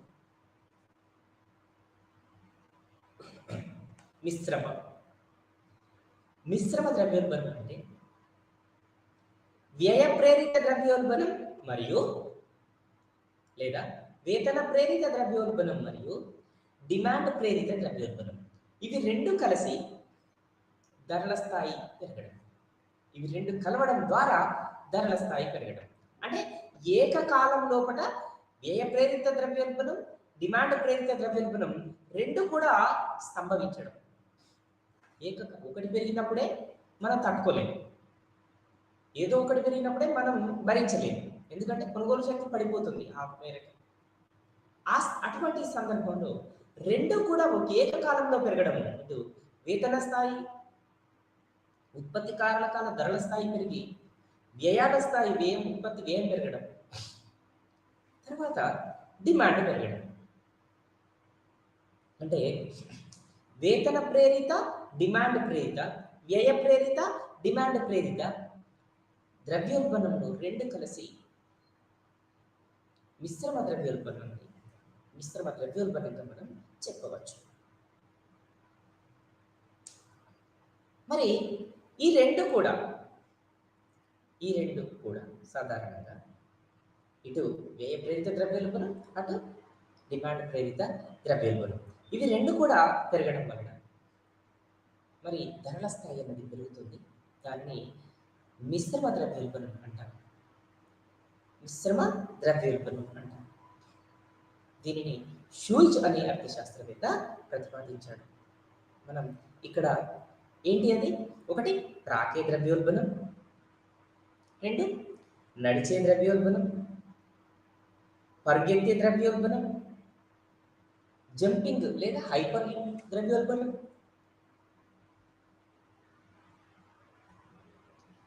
వ్యయ ప్రేరిత ద్రవ్యోల్బణం లేదా డిమాండ్ ప్రేరిత ద్రవ్యోల్బణం, చివరగా మిశ్రమ ద్రవ్యోల్బణంగా మనం చెప్పుకోవచ్చు. మరి ఈ విధంగా ఉత్పత్తికి ఇటు సమిష్టి డిమాండ్కి సమిష్టి సప్లైకి ఉన్నటువంటి ఆంతరం పెరగడం, మరి ద్రవ్యం విలువ తగ్గి ద్రవ్య డిమాండ్ తగ్గి ద్రవ్య సప్లై పెరగడం. అందుకే హ్యాటీ అంటాడు ఓవర్ ఇష్యూ ఆఫ్ కరెన్సీ, అవసరానికి మించినటువంటి ద్రవ్య సప్లై మార్కెట్లో ఉండడం.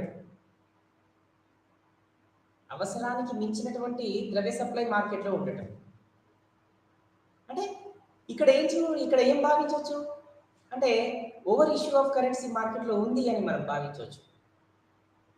ఇటువంటి సందర్భాలను బట్టి మనం ద్రవ్యోల్బణాన్ని చాలా క్లియర్గా నిర్వచించడం జరుగుతుంది. మరి ఎటువంటి లక్షణాలు ఎదుర్కొంటుంది ఆర్థిక వ్యవస్థ? సాధారణంగా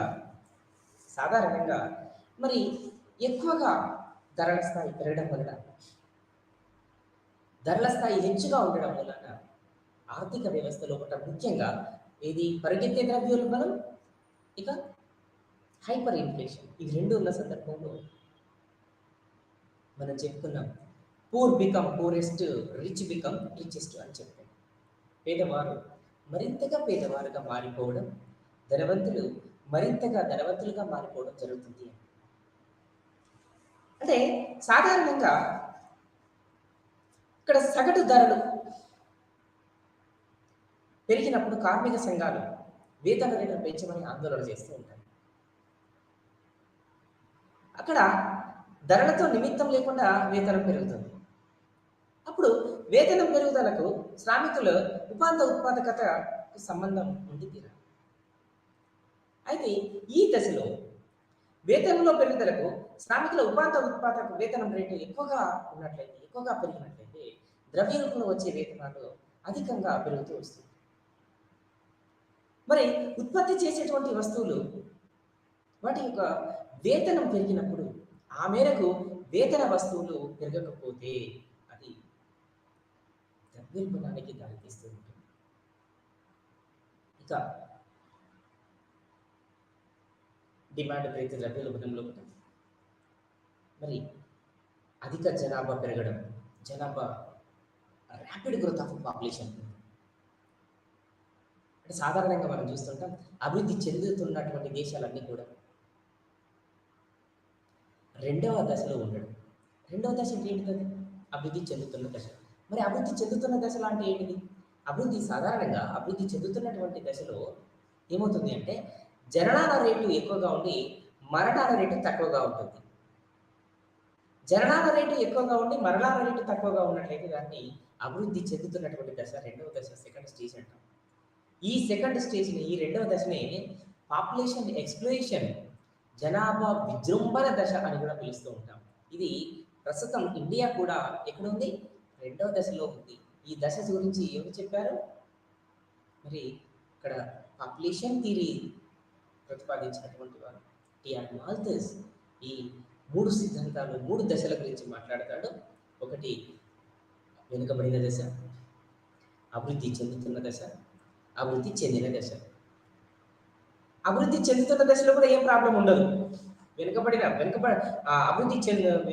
దశలో కూడా ఎటువంటి ప్రాబ్లం ఉండదు. ఎందుకంటే జననాల రేటు ఎక్కువగా ఉంటుంది, మరణాల రేటు ఎక్కువగా ఉంటుంది, బ్యాలెన్స్ అవుతుంది కొంత. అభివృద్ధి చెందిన దశలో ప్రాబ్లం కూడా ఉండదు. ఎందుకంటే ఇక్కడ జననాల రేటు తక్కువగా ఉంటుంది, మరణాల రేటు కూడా తక్కువగా ఉంటుంది. కానీ అభివృద్ధి చెందుతున్నటువంటి దశలో జననాల రేటు ಹೆಚ್ಚుగా ఉంటుంది, మరణాల రేటు తక్కువగా ఉంటుంది. కాబట్టి దీనిని జనాభా విజృంభణ దశ అంటారు. పాపులేషన్ ఎక్స్ప్లాయిషన్. ఈ దశలో, ఈ సందర్భంలో, ఈ దశలో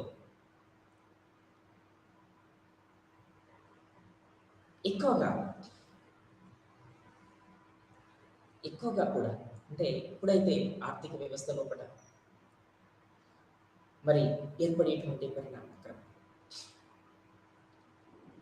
అంటే సాధారణంగా కొనుగోలు శక్తి అన్నది, ధరల స్థాయి అన్నది కొనుగోలు శక్తిని ప్రతిబింబిస్తుంది. అంటే కొనుగోలు శక్తి అనేది ఎప్పుడు కూడా దేనిపైన ఆధారపడి ఉంటుందంటే ధరల సూచి పైన ఆధారపడి ఉంటుందని చెప్పుకోవచ్చు. ధరల స్థాయి ఎక్కువగా ఉందనుకోండి, కొనుగోలు శక్తి తగ్గిపోతుంది. ధరల స్థాయి తక్కువగా ఉందనుకోండి, కొనుగోలు శక్తి ఎక్కువగా ఉంటుంది. కాబట్టి ఇక్కడ ఆర్థిక వ్యవస్థకి ఇవి రెండు కూడా చాలా ద్రవ్యోల్బణ స్థాయిని ప్రతిబింబించడానికి రెండు కూడా ముఖ్యమైనటువంటి సూచనలు. కొనుగోలు శక్తి, ధరల స్థాయి మనం ముఖ్యమైనటువంటి అంశాలుగానే మనం చూడవచ్చు. అంటే సాధారణంగా మనం అభివృద్ధి చెందుతున్నటువంటి దేశాలలో కూడా మరి అధిక జనాభా పెరుగుదల వలన ప్రకృతి వైపరీత్యాలు సంభవించడం కావచ్చు, లేదా యుద్ధాలు సంభవించడం కావచ్చు, లేదా ఇతరత్ర కారణాల వలన మరి ఉత్పత్తి తగ్గిపోయి డిమాండ్ పెరగడం, డిమాండ్ విపరీతంగా పెరగడం, డిమాండ్ అధికంగా పెరగడం, దీనినే డిమాండ్ విపరీత ద్రవ్యోల్బణం అని పిలుస్తుంది. ఇవి రెండు కలిసినప్పుడు ఇంకా మిగిలిన మిశ్రమ ద్రవ్యోల్బణంగా మనం చూస్తూ ఉంటాం. మరి సాధారణంగా మనం ఈ విస్తరణను బట్టి కావచ్చు, లేదా బహిరంగ ద్రవ్యోల్బణాన్ని బట్టి కావచ్చు, ద్రవ్యోల్బణ సమయంలో అంటే ధరల యొక్క పెరుగుదలను అరికట్టకపోతే ప్రజలు అనేక ఇబ్బందులకు కూడా గురయ్యేటువంటి ప్రమాదం ఉంది. ఒక సందర్భంలో సాధారణంగా మనం కొంత చరిత్రలోకి వెళ్ళినట్లయితే జర్మనీ, ఆస్ట్రియా, రష్యా, చైనా దేశాల్లో ధరలు విపరీతంగా పెరిగాయి. అప్పుడు ప్రత్యక్ష చర్యల ద్వారా, భౌతిక నియంత్రణ ద్వారా ద్రవ్యోల్బణాన్ని కంట్రోల్ చేయడం, నియంత్రించడం జరిగింది. ఉదాహరణకు వస్తువుల యొక్క ధరలను నియంత్రణ చేయడం, వస్తువుల యొక్క పంపిణీ రేషనింగ్ విధించడం ద్వారా అదుపులో ఉంచడం, ప్రజలు వారి వినియోగాన్ని వాయిదా వేసుకోవడం, ప్రస్తుత డిమాండ్లో భవిష్యత్తు డిమాండ్గా వారి యొక్క వినియోగాన్ని వాయిదా వేసుకోవడానికి వాళ్ళకి వెసులుబాటు కల్పించడం.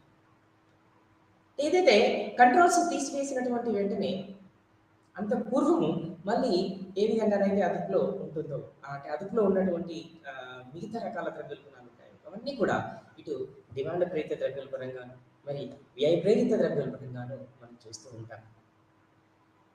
సాధారణంగా ద్రవ్యోల్బణ కాలంలో అన్ని వస్తువుల ధరలు ఒకే రీతిగా పెరగవు. ద్రవ్యోల్బణ కాలంలో అన్ని వస్తువుల యొక్క ధరలు కూడా ఒకే రీతిగా పెరగవు. దానివల్ల ప్రజల ఆదాయాలలో తేడా వస్తాయి. కొద్దిమందికి వ్యాపారస్తులకు బ్లాక్ చేసే వారికి లాభసాటిగా ఉంటుంది. బ్లాక్ మార్కెట్ అంటారు. అంటే నల్లధనం, నల్ల బజారులు అంటారు, నల్లధనం అంటారు. అంటే నల్లధనం అనేది ఎక్కడ ఉంటుందంటే నల్ల బజారులలో ఎక్కువగా వ్యాపార లావాదేవీలు చేసి మన దగ్గర ఉంటుంది అధికంగా. ఈ రోజు అయితే మనం చూడొచ్చు సాధారణంగా ఇక్కడ ఎవరైతే నల్ల ద్రవ్యం కలిగి ఉన్నారో, నల్ల డబ్బు కలిగి ఉన్నారో, మనీ కలిగి ఉన్నారో, బ్లాక్ మనీ కలిగి ఉన్నారో వాళ్ళందరూ కూడా తిరిగి ఆ బ్లాక్ మనీ తోటే మళ్ళీ నల్ల బజారులో సృష్టించడం, వస్తురాశనికి కృత్రిమంగా స్కార్సిటీ క్రియేట్ చేయడం, ఇవన్నీ కూడా ద్రవ్యోల్బణంలో పెంచడంలో ఒక భాగం. ద్రవ్యోల్బణం పెరగడానికి ఒక కారణమే. సాధారణంగా మనం చూస్తున్నటువంటి స్థితి ఏంటి అంటే ఇక్కడ ఆర్థిక వ్యవస్థ యొక్క పరిణామ క్రమంలో కూడా మరి కొనుగోలు శక్తి తగ్గిపోవడం, కొనుగోలు శక్తి తగ్గిపోయి వస్తువులకి అధికంగా డిమాండ్ ఉండడం, ఇంకా ప్రజలు ప్రభుత్వాలపైన వ్యతిరేకత కూడా రావడం, ప్రజలకి ప్రభుత్వాలపైన వ్యతిరేకత కూడా రావడం జరుగుతూ ఉంటుంది ఇటువంటి సమయంలో. మనం ప్రస్తుతం అయితే మనం చూస్తున్నాం. ఎందుకోసం అంటే ఇప్పుడు ఉన్నటువంటి శ్రీలంక, పాకిస్తాన్ పరిస్థితి ఎలా ఉంది, ఇంకా ఇక్కడ బ్రిటన్ కానీ లేదా అమెరికా కానీ అతి తక్కువ కాలంలో ఎటువంటి పరిస్థితులు ఎదుర్కోబోతున్నవి అనేటువంటి అంశాలు మనం చూస్తున్నాం. వీటి ద్వారా మరి ఎక్కువగా కూడా మరి ఇక్కడ లాభం పొందేది ద్రవ్యోల్బణ సమయంలో నల్ల ధనం కలిగి ఉన్నవారు, నల్ల బజార్లు నడిపేటువంటి వ్యాపారులు. సాధారణంగా ఇటు ఉత్పత్తిదారుడు కానీ అటు వ్యవసాయదారుడు కానీ ఎక్కువగా లాభం పొందడు ఏ సమయంలో అయినా కూడా.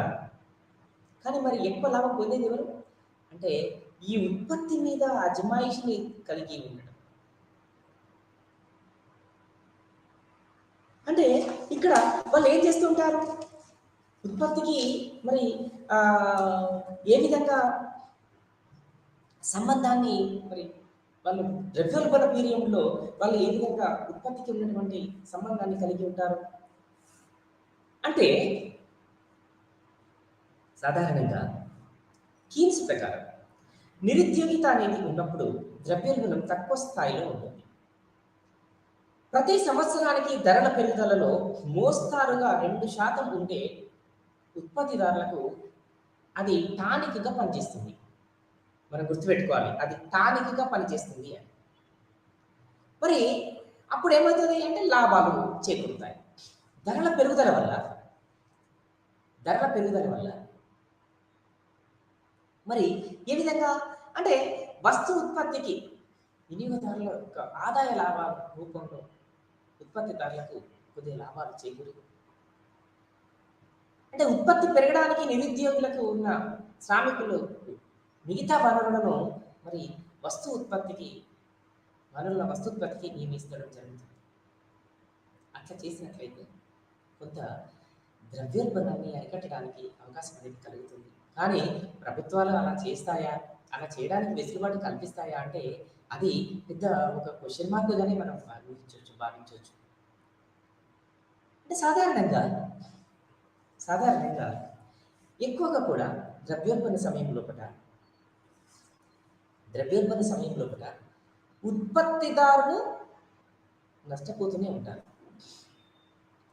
తర్వాత వ్యవసాయదారులు నష్టపోతూనే ఉంటారు.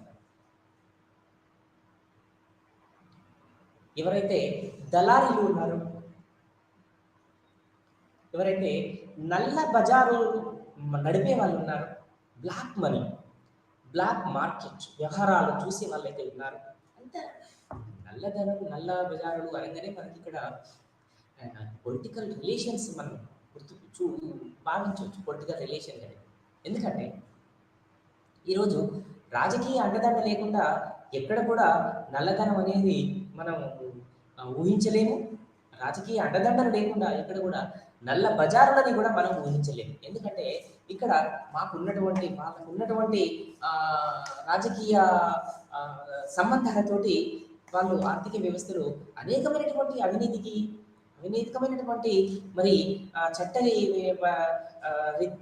వ్యతిరేక విధానాలకి మరి ఆ, ఆ, ఆ, ఎక్కువగా ఆర్థిక వ్యవస్థకి నష్టం కలిగించేటువంటి పద్ధతులకి వాళ్ళు ఎక్కువ ఊతం ఇవ్వడం జరుగుతుంది. ఇదంతా ఎందుకు జరుగుతుంది అంటే రాజకీయ అండదండలు ఉన్నాయి కాబట్టి మమ్మల్ని ఎవరు ఏం చేయలేరు, ఏదైనా కూడా రాజకీయ నాయకులు మమ్మల్ని కాపాడతారనే ఒక ధీమా, ఒక భరోసా. ఇకపోతే మరి ఈ ధరల పెరుగుదలను అరికట్టలేకపోతే ప్రజల యొక్క మరి ఆర్థికంగా ఎటువంటి ఇబ్బందులు ఎదుర్కొంటారో మనం చూస్తుంది. కానీ అదే స్లోగా ధరల స్థాయి అనేది పెరుగుతూ వచ్చినట్లయితే అది ఉత్పత్తిదారునికి ఒక టానిక్గా కూడా పనిచేస్తుంది అని మనం చెప్పుకుంటున్నాం. అంతేకాకుండా ద్రవ్యోల్బణ సమయంలో కూడా ఎవరైతే శ్రామికులు ఉంటారో, ఎవరైతే స్థిర వేతనం కలిగి ఉంటారు, ఫిక్స్డ్ వేతనం అంటే ఇంకా సూటిగా చెప్పాలి అంటే ఫిక్స్డ్ ఒక అమౌంట్ వేతనం కానీ లేదా శాలరీ కానీ లేదా ఆదాయం కానీ వర్గం కానీ లేదా కలిగి ఉండేటువంటి కమ్యూనిటీ కానీ వీళ్ళు ఎవరైతే ఉన్నారో పెద్ద మొత్తంలో వీళ్ళకి నష్టం జరుగుతూ వస్తుంది. అంటే ఎలా? ద్రవ్యోల్బణ కాలంలో కూడా వస్తువుల యొక్క ధరలు పెరిగిన రేట్లో వేతనాలు పెరగవు. దానివల్ల శ్రామికుల జీవన వ్యయ సూచిక అనేది పెరుగుతుంది. ఆ సమయంలో ఒకటి ఏమవుతుంది అంటే జీవన వ్యయం పెరిగి కావలసిన పరిమాణంలో నిత్యావసర జీవిత అవసరాలను వాళ్ళు కొనలేనటువంటి పరిస్థితి వాళ్ళకి ఎదురవుతుంది. అప్పుడు శ్రామికులలో కొన్ని వర్గాలు సంఘటితమై కొన్ని సంఘాలుగా ఏర్పరచుకోవడం, తర్వాత ద్రవ్యోల్బణ కాలంలో వేతనాలు పెంచమని వాళ్ళు ఉత్పత్తిదారులకు కావచ్చు లేదా యజమానులకు కావచ్చు, పెట్టుబడిదారులకు కావచ్చు, వ్యవస్థాపకులు కావచ్చు కోరడం జరుగుతుంది. అప్పుడు ద్రవ్యోల్బణ కాలంలో కూడా ఇంకా ఎక్కువగా వేతనాలు పెరిగితే ఉత్పత్తి వ్యయం పెరిగి, అంటే ఎందుకు ఇక్కడ అంటే వేతనాలు కూడా ఉత్పత్తి వ్యయంలో కలిసి ఉంటాయి. శ్రామికుల యొక్క వేతనాలు కూడా ఉత్పత్తి వ్యయంలో కలిసి ఉంటాయి. ఎప్పుడైతే వేతనాలు పెరుగుతాయో అప్పుడు ఉత్పత్తి వ్యయం పెరుగుతుంది. ఎప్పుడైతే ఉత్పత్తి వ్యయం పెరుగుతుందో అప్పుడు ధరలు పెరుగుతాయి. మరి ఆ విధంగా ధరలు పెరుగుతున్నవి అంటే ఇంకా ఆ స్థాయిని ద్రవ్యోల్బణంగానే మనం పరిగణించవచ్చు. ఆ విధంగా ధరలు పెరగటం వల్ల ధరలు పెరుగుదలలో వచ్చినటువంటి మార్పుల వలన ఇంకా కొనుగోలు శక్తి అనేది తగ్గిపోవడం, పడిపోవడం జరుగుతుంది.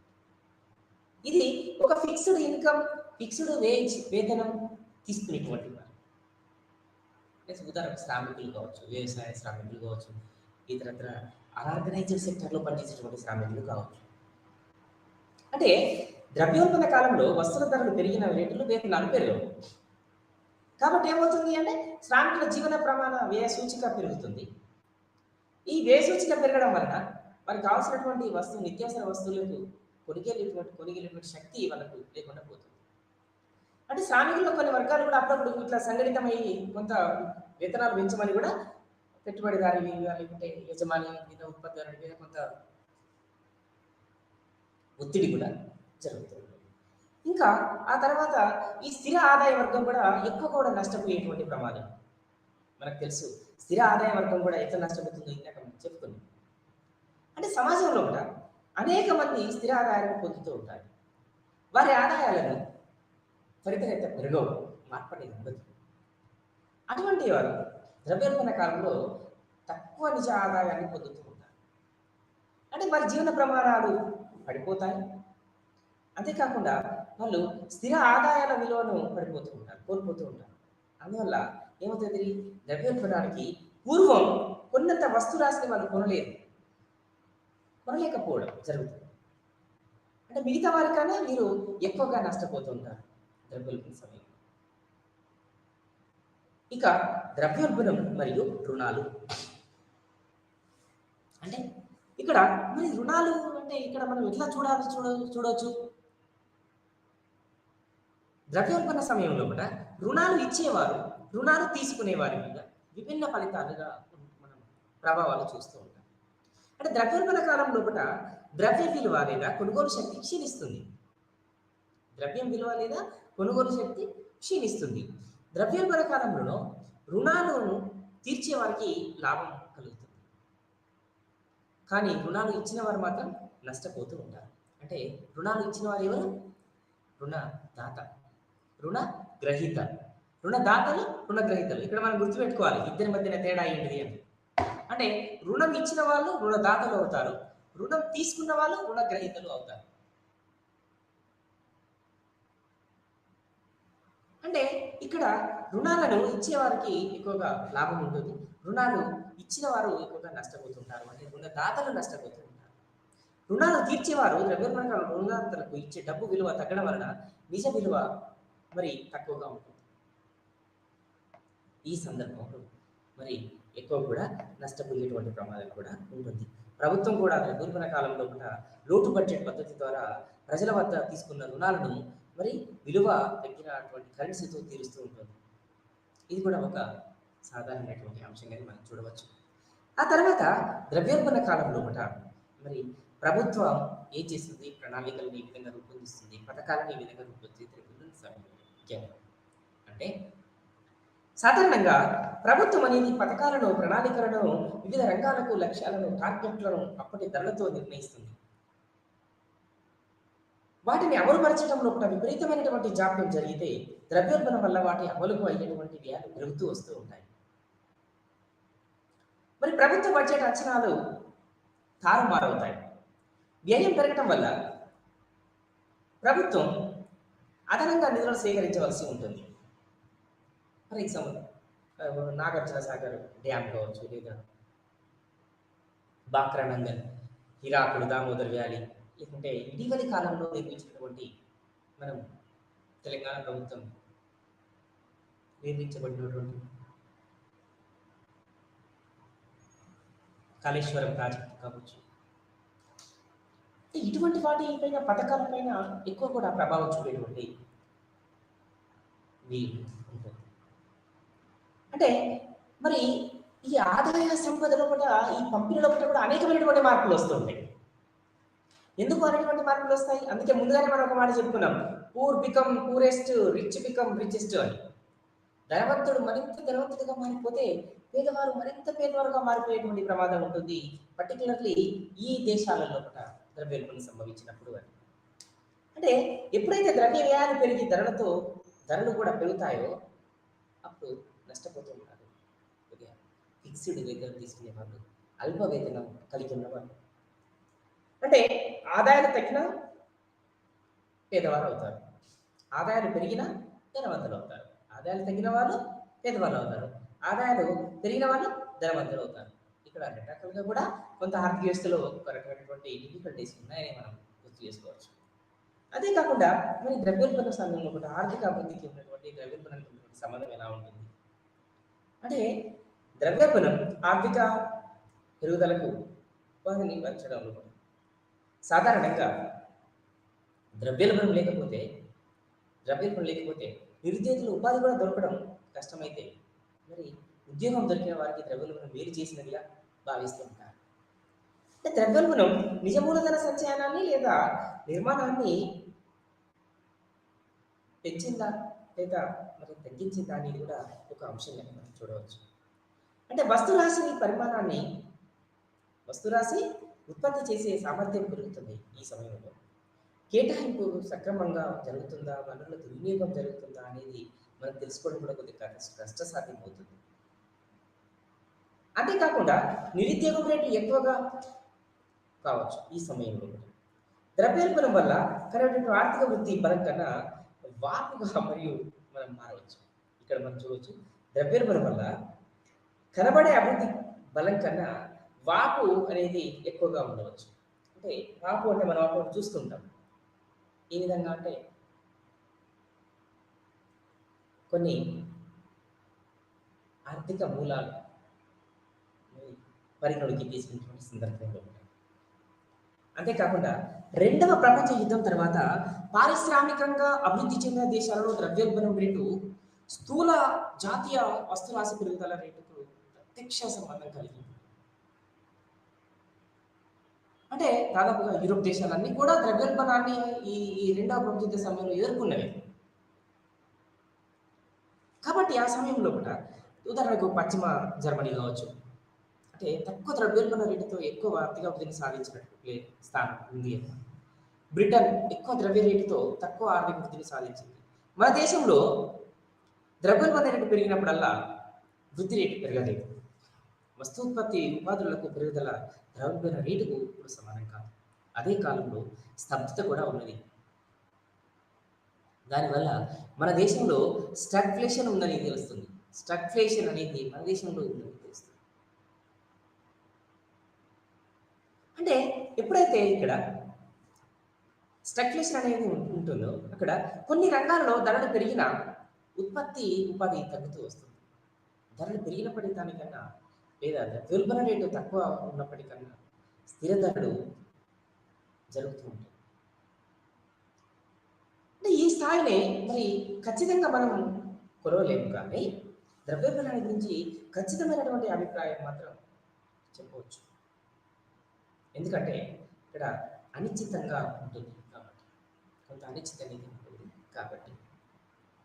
మరి ద్రవ్యోల్బణ సమయంలో ఎగుమతులు దిగుమతులు కూడా ఎలా ఉంటాయి అంటే ద్రవ్యోల్బణ కాలంలో అంతర్గతంగా బహిర్గతంగా మార్కెట్ వ్యవహారాలు, అంతర్జాతీయ మార్కెట్ వ్యవహారాలు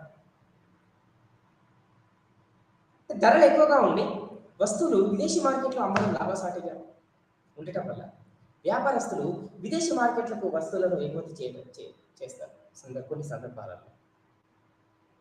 సందర్భాలలో మరి ఇక్కడ ఎగుమతి దిగుమతిలో ఉన్నటువంటి తారతమ్యాన్ని దృష్టి పెట్టుకుని కూడా చేయకపోవచ్చు.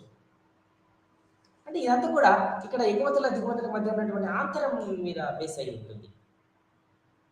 మరి ద్రవ్యోల్బణ కాలంలో కూడా ఎటువంటి సామాజిక సమస్యలు కూడా తలెత్తుతాయి అనేటువంటి కూడా మరొక సమస్య.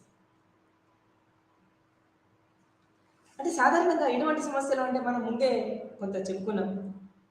ద్రవ్యోల్బణ సమయంలో కూడా పేదవారు మరింత పేదవారుగా, ధనవంతులు మరింత ధనవంతులుగాను మారేటువంటి ప్రమాదం ఉంది అని. అంతేకాకుండా అభివృద్ధి చెందుతున్న దేశాలలో సామాజిక ఘర్షణలు, ఒత్తిడులు ఎక్కువగా ఉంటాయి. అంటే ఈ సామాజిక ఘర్షణలు కావచ్చు, ఒత్తిడులు కావచ్చు ఎక్కువగా ఉండడం వల్ల ప్రతి వర్గం జాతీయాలను ఎక్కువ వాటాను లేదా సింహభాగాన్ని పొందడానికి ప్రయత్నం చేస్తుంది. ద్రవ్యోల్బణం వల్ల వృద్ధిలో అందరికీ భాగం ఉండదు ఇక్కడ. అందుకే ఎవరైతే లాభపడతారో వాళ్ళకి మాత్రమే ఎక్కువగా ఉంటుంది. ఈ నష్టపోయిన వాళ్ళు ఆర్థిక వృద్ధికి బాగా దూరంగానే ఉండవలసినటువంటి ప్రమాదం ఉంటుంది. జాతీయ ఆదాయంలో వారి వాటా తగ్గుతూ ఉంటుంది. ఉదాహరణకు వ్యవసాయదారులు జాతీయ ఆదాయానికి 50% విలువ కలిగి ఉత్పత్తులను ఇస్తూ ఉండేవారు. కానీ అంటే జాతీయ ఆదాయంలో సగభాగం వ్యవసాయ రంగం నుంచి వచ్చేదైనా ప్రస్తుతం వ్యవసాయ ఉత్పత్తిదారులు పారిశ్రామిక ఉత్పత్తిదారుల కన్నా తక్కువగా ఉండడం వల్ల మొత్తం జాతీయ ఆదాయంలో వ్యవసాయ ఉత్పత్తుల వాటా విలువ 22% తగ్గింది అని చెప్పవచ్చు. ఈ విధంగా సమాజంలోని వివిధ వర్గాల వారు ఆదాయాలు కోల్పోతూ ఉంటారు. వారికి నష్టపరిహారం మరి కరువు భత్యంగా లేకుంటే ఇతరత్ర ఉద్యోగులకు కూడా కరువు భత్యంగా కొంత ప్రభుత్వం కొంత సహాయం చేయవలసినటువంటి అవసరం కూడా ఉంటుంది. దీని ద్వారా మరి ఆయా ప్రభుత్వాల యొక్క మరి పనితీరును బట్టి ప్రభుత్వాల పైన వ్యతిరేకత ఉంటుందా ఉండదా అన్నది కూడా మనం చెప్పవచ్చు. ఏది ఏమైనా ఇక్కడ దళారీ వ్యవస్థ, మరి పెట్టుబడిదారీ వ్యవస్థ, ఉత్పత్తిదారులు,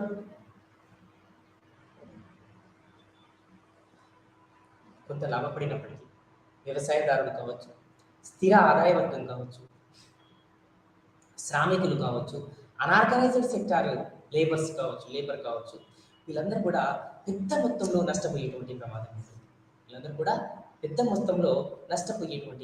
ఉంటుంది. ఇది కూడా ఆర్థిక వ్యవస్థకి ఎంత మంచిది కాదు అని చెప్పుకోవచ్చు. మరి ఇటువంటి సందర్భంలో కూడా ఆర్థిక వ్యవస్థని మరి కాపాడుకోవడానికి మరి ప్రభుత్వం ఎటువంటి చర్యలు తీసుకుంటుంది? అంటే ఏమైనా ఈ నియంత్రణ చర్యలను తీసుకునేటువంటి అవకాశం ఉంటుందా అంటే, అప్పుడు ఏం చేస్తుంది అంటే, ఉదాహరణకు రిజర్వ్ బ్యాంక్ ఆఫ్ ఇండియా ఉంది, కేంద్ర బ్యాంక్ ఉంది. కేంద్ర బ్యాంక్ ఏం చేస్తుంది? బ్యాంక్ రేటును పెంచుతుంది. అంటే బ్యాంక్ రేటు పెంచడం ద్వారా ఏమవుతుంది? ఎక్కువగా వడ్డీ వస్తుందనేటువంటి ఉద్దేశంతో బ్యాంకులన్నీ కూడా తమ వద్ద ఉన్నటువంటి బ్యాంకుల వద్ద ఉన్నటువంటి నగదుని నిష్పత్తిని అంతా కూడా రిజర్వ్ బ్యాంక్ ఆఫ్ ఇండియా దగ్గర డిపాజిట్ చేస్తారు. అప్పుడు ట్రాన్సాక్షన్స్ తగ్గిపోతూ ఉంటాయి, మనీ ట్రాన్సాక్షన్స్ తగ్గిపోతూ ఉంటాయి. అంటే ఎందుకు మనీ ట్రాన్సాక్షన్ తగ్గిపోతూ ఉంటాయి? మనీ సర్క్యులేషన్ తగ్గిపోయింది కాబట్టి. ఎప్పుడైతే మనీ సర్క్యులేషన్ తగ్గిపోతుందో అప్పుడు మనీ ట్రాన్సాక్షన్ తగ్గుతాయి. మనీ ట్రాన్సాక్షన్ తగ్గినప్పుడు ఆటోమేటికలీ కొంత దానికి మనీకి డిమాండ్ అనేది మళ్ళీ పెరగడం మొదలవుతుంది. అంతేకాకుండా ఈ బహిరంగ మార్కెట్ వ్యవహారాలు చర్యలు చేపట్టడం అంటే ద్రవ్యోల్బణాన్ని నియంత్రించడానికి రిజర్వ్ బ్యాంకు వడ్డీ రేట్లు పెంచడంతో పాటుగా ఏం చేస్తుంది? ఈ బహిరంగ మార్కెట్ చర్యల ద్వారా ద్రవ్యోల్బణాన్ని తగ్గిస్తుంది, ద్రవ్య సప్లైని తగ్గిస్తుంది, ద్రవ్యోల్బణాన్ని తగ్గిస్తుంది.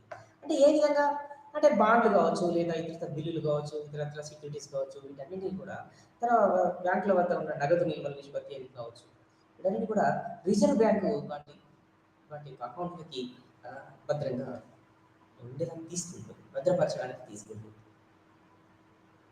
అలా ఏమవుతుందంటే ఈ ట్రాన్సాక్షన్ అనేది కొంత తగ్గిపోవడం జరుగుతుంది. అందుకే ఒక ఫిక్స్డ్ రేటుగా మనం ఏంటంటే రిజర్వ్ బ్యాంక్ ఆఫ్ ఇండియా ద్రవ్యోల్బణాన్ని నియంత్రించడానికి ఒక రకంగా కొంత కృషి అనేది చేస్తూనే ఉంటుందని చెప్పవచ్చు. అంటే ఇంకా ఏంటి అంటే రేషనింగ్ విధానం కావచ్చు. అప్పుడప్పుడు మనం అభివృద్ధి చెందుతున్నటువంటి దేశాలలో కానీ లేదా అభివృద్ధి చెందిన దేశాలలో కానీ ఈ రేషనింగ్ పద్ధతి అనేది మనం చూస్తూ ఉంటాం. మరి రేషనింగ్ పద్ధతి అని దేన్నంట? రేషనింగ్ పద్ధతి దేన్ని అనాలి అంటే ఇక్కడ మళ్ళీ మనకు ఒక సమస్య అనేది ఉత్పన్నమవుతుంది. అంటే రేషనింగ్ పద్ధతి అంటే ఏంటిది అంటే సాధారణంగా వస్తు రాశి ఎంత ఉంది అనేది అంచనా వేసుకొని ప్రభుత్వాలు వారి యొక్క అవసరాలకు అనుగుణంగా ఒక్కొక్కరికి ప్రతి సగటు వినియోగదారుడు ఎంతో కొంత మరి రేషనింగ్ పద్ధతిలో వారికి పంపిణీ చేస్తూ ఉంటుంది. అలా పంపిణీ చేసిన వల్ల ఏమవుతుంది అంటే అయితే లాభం చేకూరడానికి అవకాశం ఉంటుంది, శ్రామికులకి కొంత బెనిఫిట్ కావడానికి అవకాశం ఉంటుంది. కానీ మరి సాధారణంగా ఇటు వ్యవసాయదారులు కావచ్చు, ఇటు స్థిర ఆదాయ వర్గం కలిగినటువంటి ఒక గ్రూపు శ్రామికులు కావచ్చు, అనార్గనైజ్డ్ సెక్టర్ లేబర్ కావచ్చు, ఇతరత్ర శ్రామికులు కావచ్చు, వీరందరూ కూడా పెద్ద మొత్తంలో నష్టపోవడానికి అవకాశం అనేది ఉంటుంది ద్రవ్యోల్బణ సమయంలో. అంటే ఎప్పుడైతే ధరల స్థాయి అన్నది నిరాటంకంగా పెరగడం మొదలవుతుందో అప్పుడు ధరల స్థాయి పెరిగిన మెరిట్లోనే కొనుగోలు శక్తి, కొనుగోలు స్థాయి అనేది కూడా తగ్గుతూ వస్తూ ఉంటుంది. ఇది అభివృద్ధి చెందుతున్నటువంటి దేశాలలో ఒక గణనీయమైనటువంటి మార్పుకి దారితీస్తుంది. గణనీయమైనటువంటి మార్పు అంటే ఏంటి? ఇక్కడ గణనీయమైనటువంటి మార్పు అనేటువంటి అంశాన్ని ఎందుకు మనం పిలుస్తుందంటే ప్రభుత్వాలు మరి వాటిని ఉనికిని కోల్పోయేటువంటి ప్రమాదమా, ప్రమాదంలో పడటమా, లేదా ప్రభుత్వాలు ఇటు బ్యాంక్ రేటును పెంచడం కావచ్చు, రేషనింగ్ విధానాన్ని అమలు చేయడం కావచ్చు, మరి ద్రవ్య సప్లైని నియంత్రణ చేయడం కావచ్చు, మరి ద్రవ్య డిమాండ్ను పెంచడానికి తీసుకునేటువంటి చర్యలు కావచ్చు, ఉత్పత్తిని పెంచడం కావచ్చు, లేదా దిగుమతులు పెంచుకోవడం కావచ్చు, వీటి ద్వారా మళ్ళీ తిరిగి కొంత వ్యవస్థ లోపల మరి సమూలమైనటువంటి మార్పులు తీసుకురావడానికి ప్రభుత్వాలు నిర్ణయం తీసుకుంటాయా అనేది వాటి యొక్క ప్రభుత్వ విధానాలపైన, ప్రభుత్వం అవలంబించేటువంటి పద్ధతులపైన ఎక్కువగా ఆధారపడి ఉంటాయి. మరి ఇటువంటి సమస్యలు తలెత్తినప్పుడు ఆయా దేశాలలో మరి ద్రవ్యోల్బణం అనేది చాలా అత్యంత కీలకమైనటువంటి అంశంగా మనం చూస్తూ ఉంటాం. సాధారణంగా మనం ఇందాక మాట్లాడుకున్నాం ప్రాకే ద్రవ్యోల్బణం అని, నడిచే ద్రవ్యోల్బణం అని, పరిగెత్తే ద్రవ్యోల్బణం అని, హైపర్ ఇన్ఫ్లేషన్. హైపర్ ఇన్ఫ్లేషన్ అంటే ఏంటిది అంటే జంపింగ్, ఇంకా ఇక్కడ ప్రాకడం ఉండదు, నడవడం ఉండదు, రన్నింగ్ చేయడం ఉండదు. ఏం చేస్తుందంటే జంపింగ్ చేసుకుంటా పోతాడు. జంపింగ్ హైపర్ ఇన్ఫ్లేషన్ అంటే ఎబో 10% ఎక్కువ ఉన్నది. ఈ విధంగా ద్రవ్యోల్బణం అనేది మరి ఆర్థిక వ్యవస్థలపైన 2 రకాలైనటువంటి మార్పులు తీసుకువస్తుంది. కానీ మరి 2 రకాల మార్పులలో ఎక్కువగా కూడా మెజారిటీ పీపుల్ వ్యవసాయ రంగం పైన ఉంటారు. మెజారిటీ పాపులేషన్ అనార్గనైజ్డ్ సెక్టార్‌లో ఉంటారు. చిన్న సన్నకారు రైతులు కావచ్చు, ఇతరత్ర తక్కువ ఆదాయం అనేటువంటి కుటుంబాలు కావచ్చు, తక్కువ ఆదాయం అనేటువంటి శ్రామికులు కావచ్చు, వేతన జీవులు కావచ్చు, వీళ్ళందరూ కూడా ఈ సమయంలో ఎక్కువ నష్టపోవడానికి ప్రమాదం అనేది ఏర్పడుతుంది. అందుకే poor become poorest, rich become richest అనేటువంటి ఒక మనం యాక్టివిటీ కూడా వాళ్ళు తీసుకోవడం జరిగింది.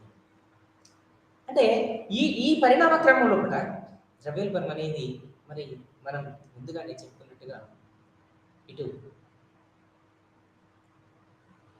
ప్రకృతి వైపరీత్యాలు కావచ్చు, లేదా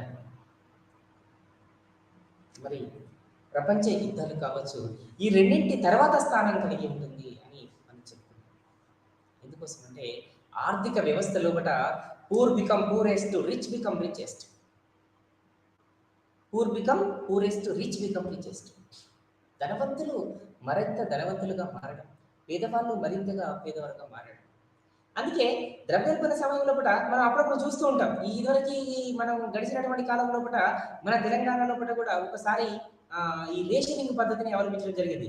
అంటే ఒక్కొక్క వినియోగదారునికి ఒక 5 కిలోల ఉల్లిగడ్డ అని రేషన్ షాపుల వద్ద ప్రభుత్వాలే నేరుగా ప్రజలకి ఉల్లిగడ్డ అందించినటువంటి సందర్భాలు మనం చూస్తున్నాం. అంటే అది ద్రవ్యోల్బణ సమయంలో ప్రభుత్వాలు అవలంబిస్తున్నటువంటి ఒక పద్ధతి.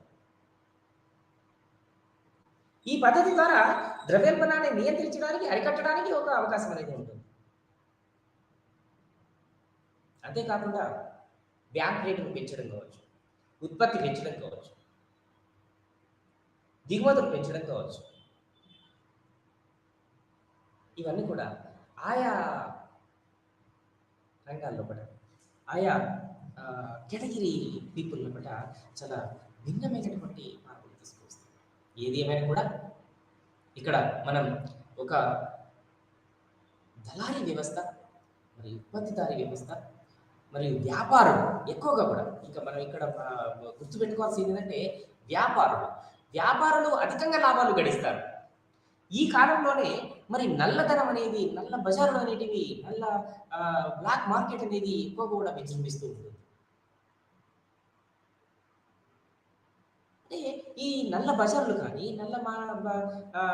బ్లాక్ మార్కెట్ వ్యవస్థ కానీ ఎక్కువ కూడా యావరేజ్ కన్జ్యూమర్ మీద, సగటు వినియోగదారుని మీద ఎక్కువ ప్రభావాన్ని చూపుతూ ఉంటుంది.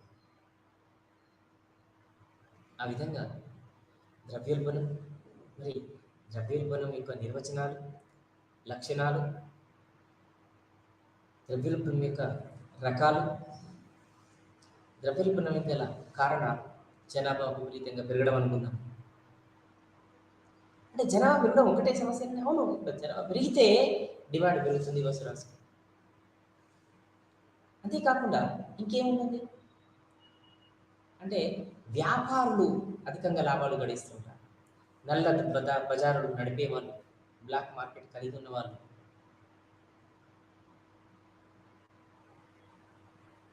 అంటే ఈ నల్ల బజారులు నడిపే వాళ్ళు కావచ్చు, వ్యాపారస్తులు కావచ్చు, లేదా వడ్డీ వ్యాపారస్తులు కావచ్చు, లేదా ఇతరత్ర దళారీలు కావచ్చు, వీళ్ళు మూకుమ్మడిగా లాభాలు గడిస్తారు. కానీ స్థిర ఆదాయ వర్గం, వ్యవసాయదారులు, అనార్గనైజ్డ్ సెక్టార్లో పనిచేసే వాళ్ళు, వీళ్ళందరూ కూడా ఎక్కువగా నష్టపోయేటువంటి ప్రమాదం ఉంటుంది ద్రవ్యోల్బణ సమయంలో. అందుకే ద్రవ్యోల్బణాన్ని మనం ఏం చెప్పుకున్నాం, ఇటు ప్రపంచ యుద్ధాలు, అటు ప్రకృతి వైపరీత్యాలు, ఈ రెండింటి తర్వాత స్థానంగా మనం ద్రవ్యోల్బణాన్ని చూస్తూ ఉంటాం.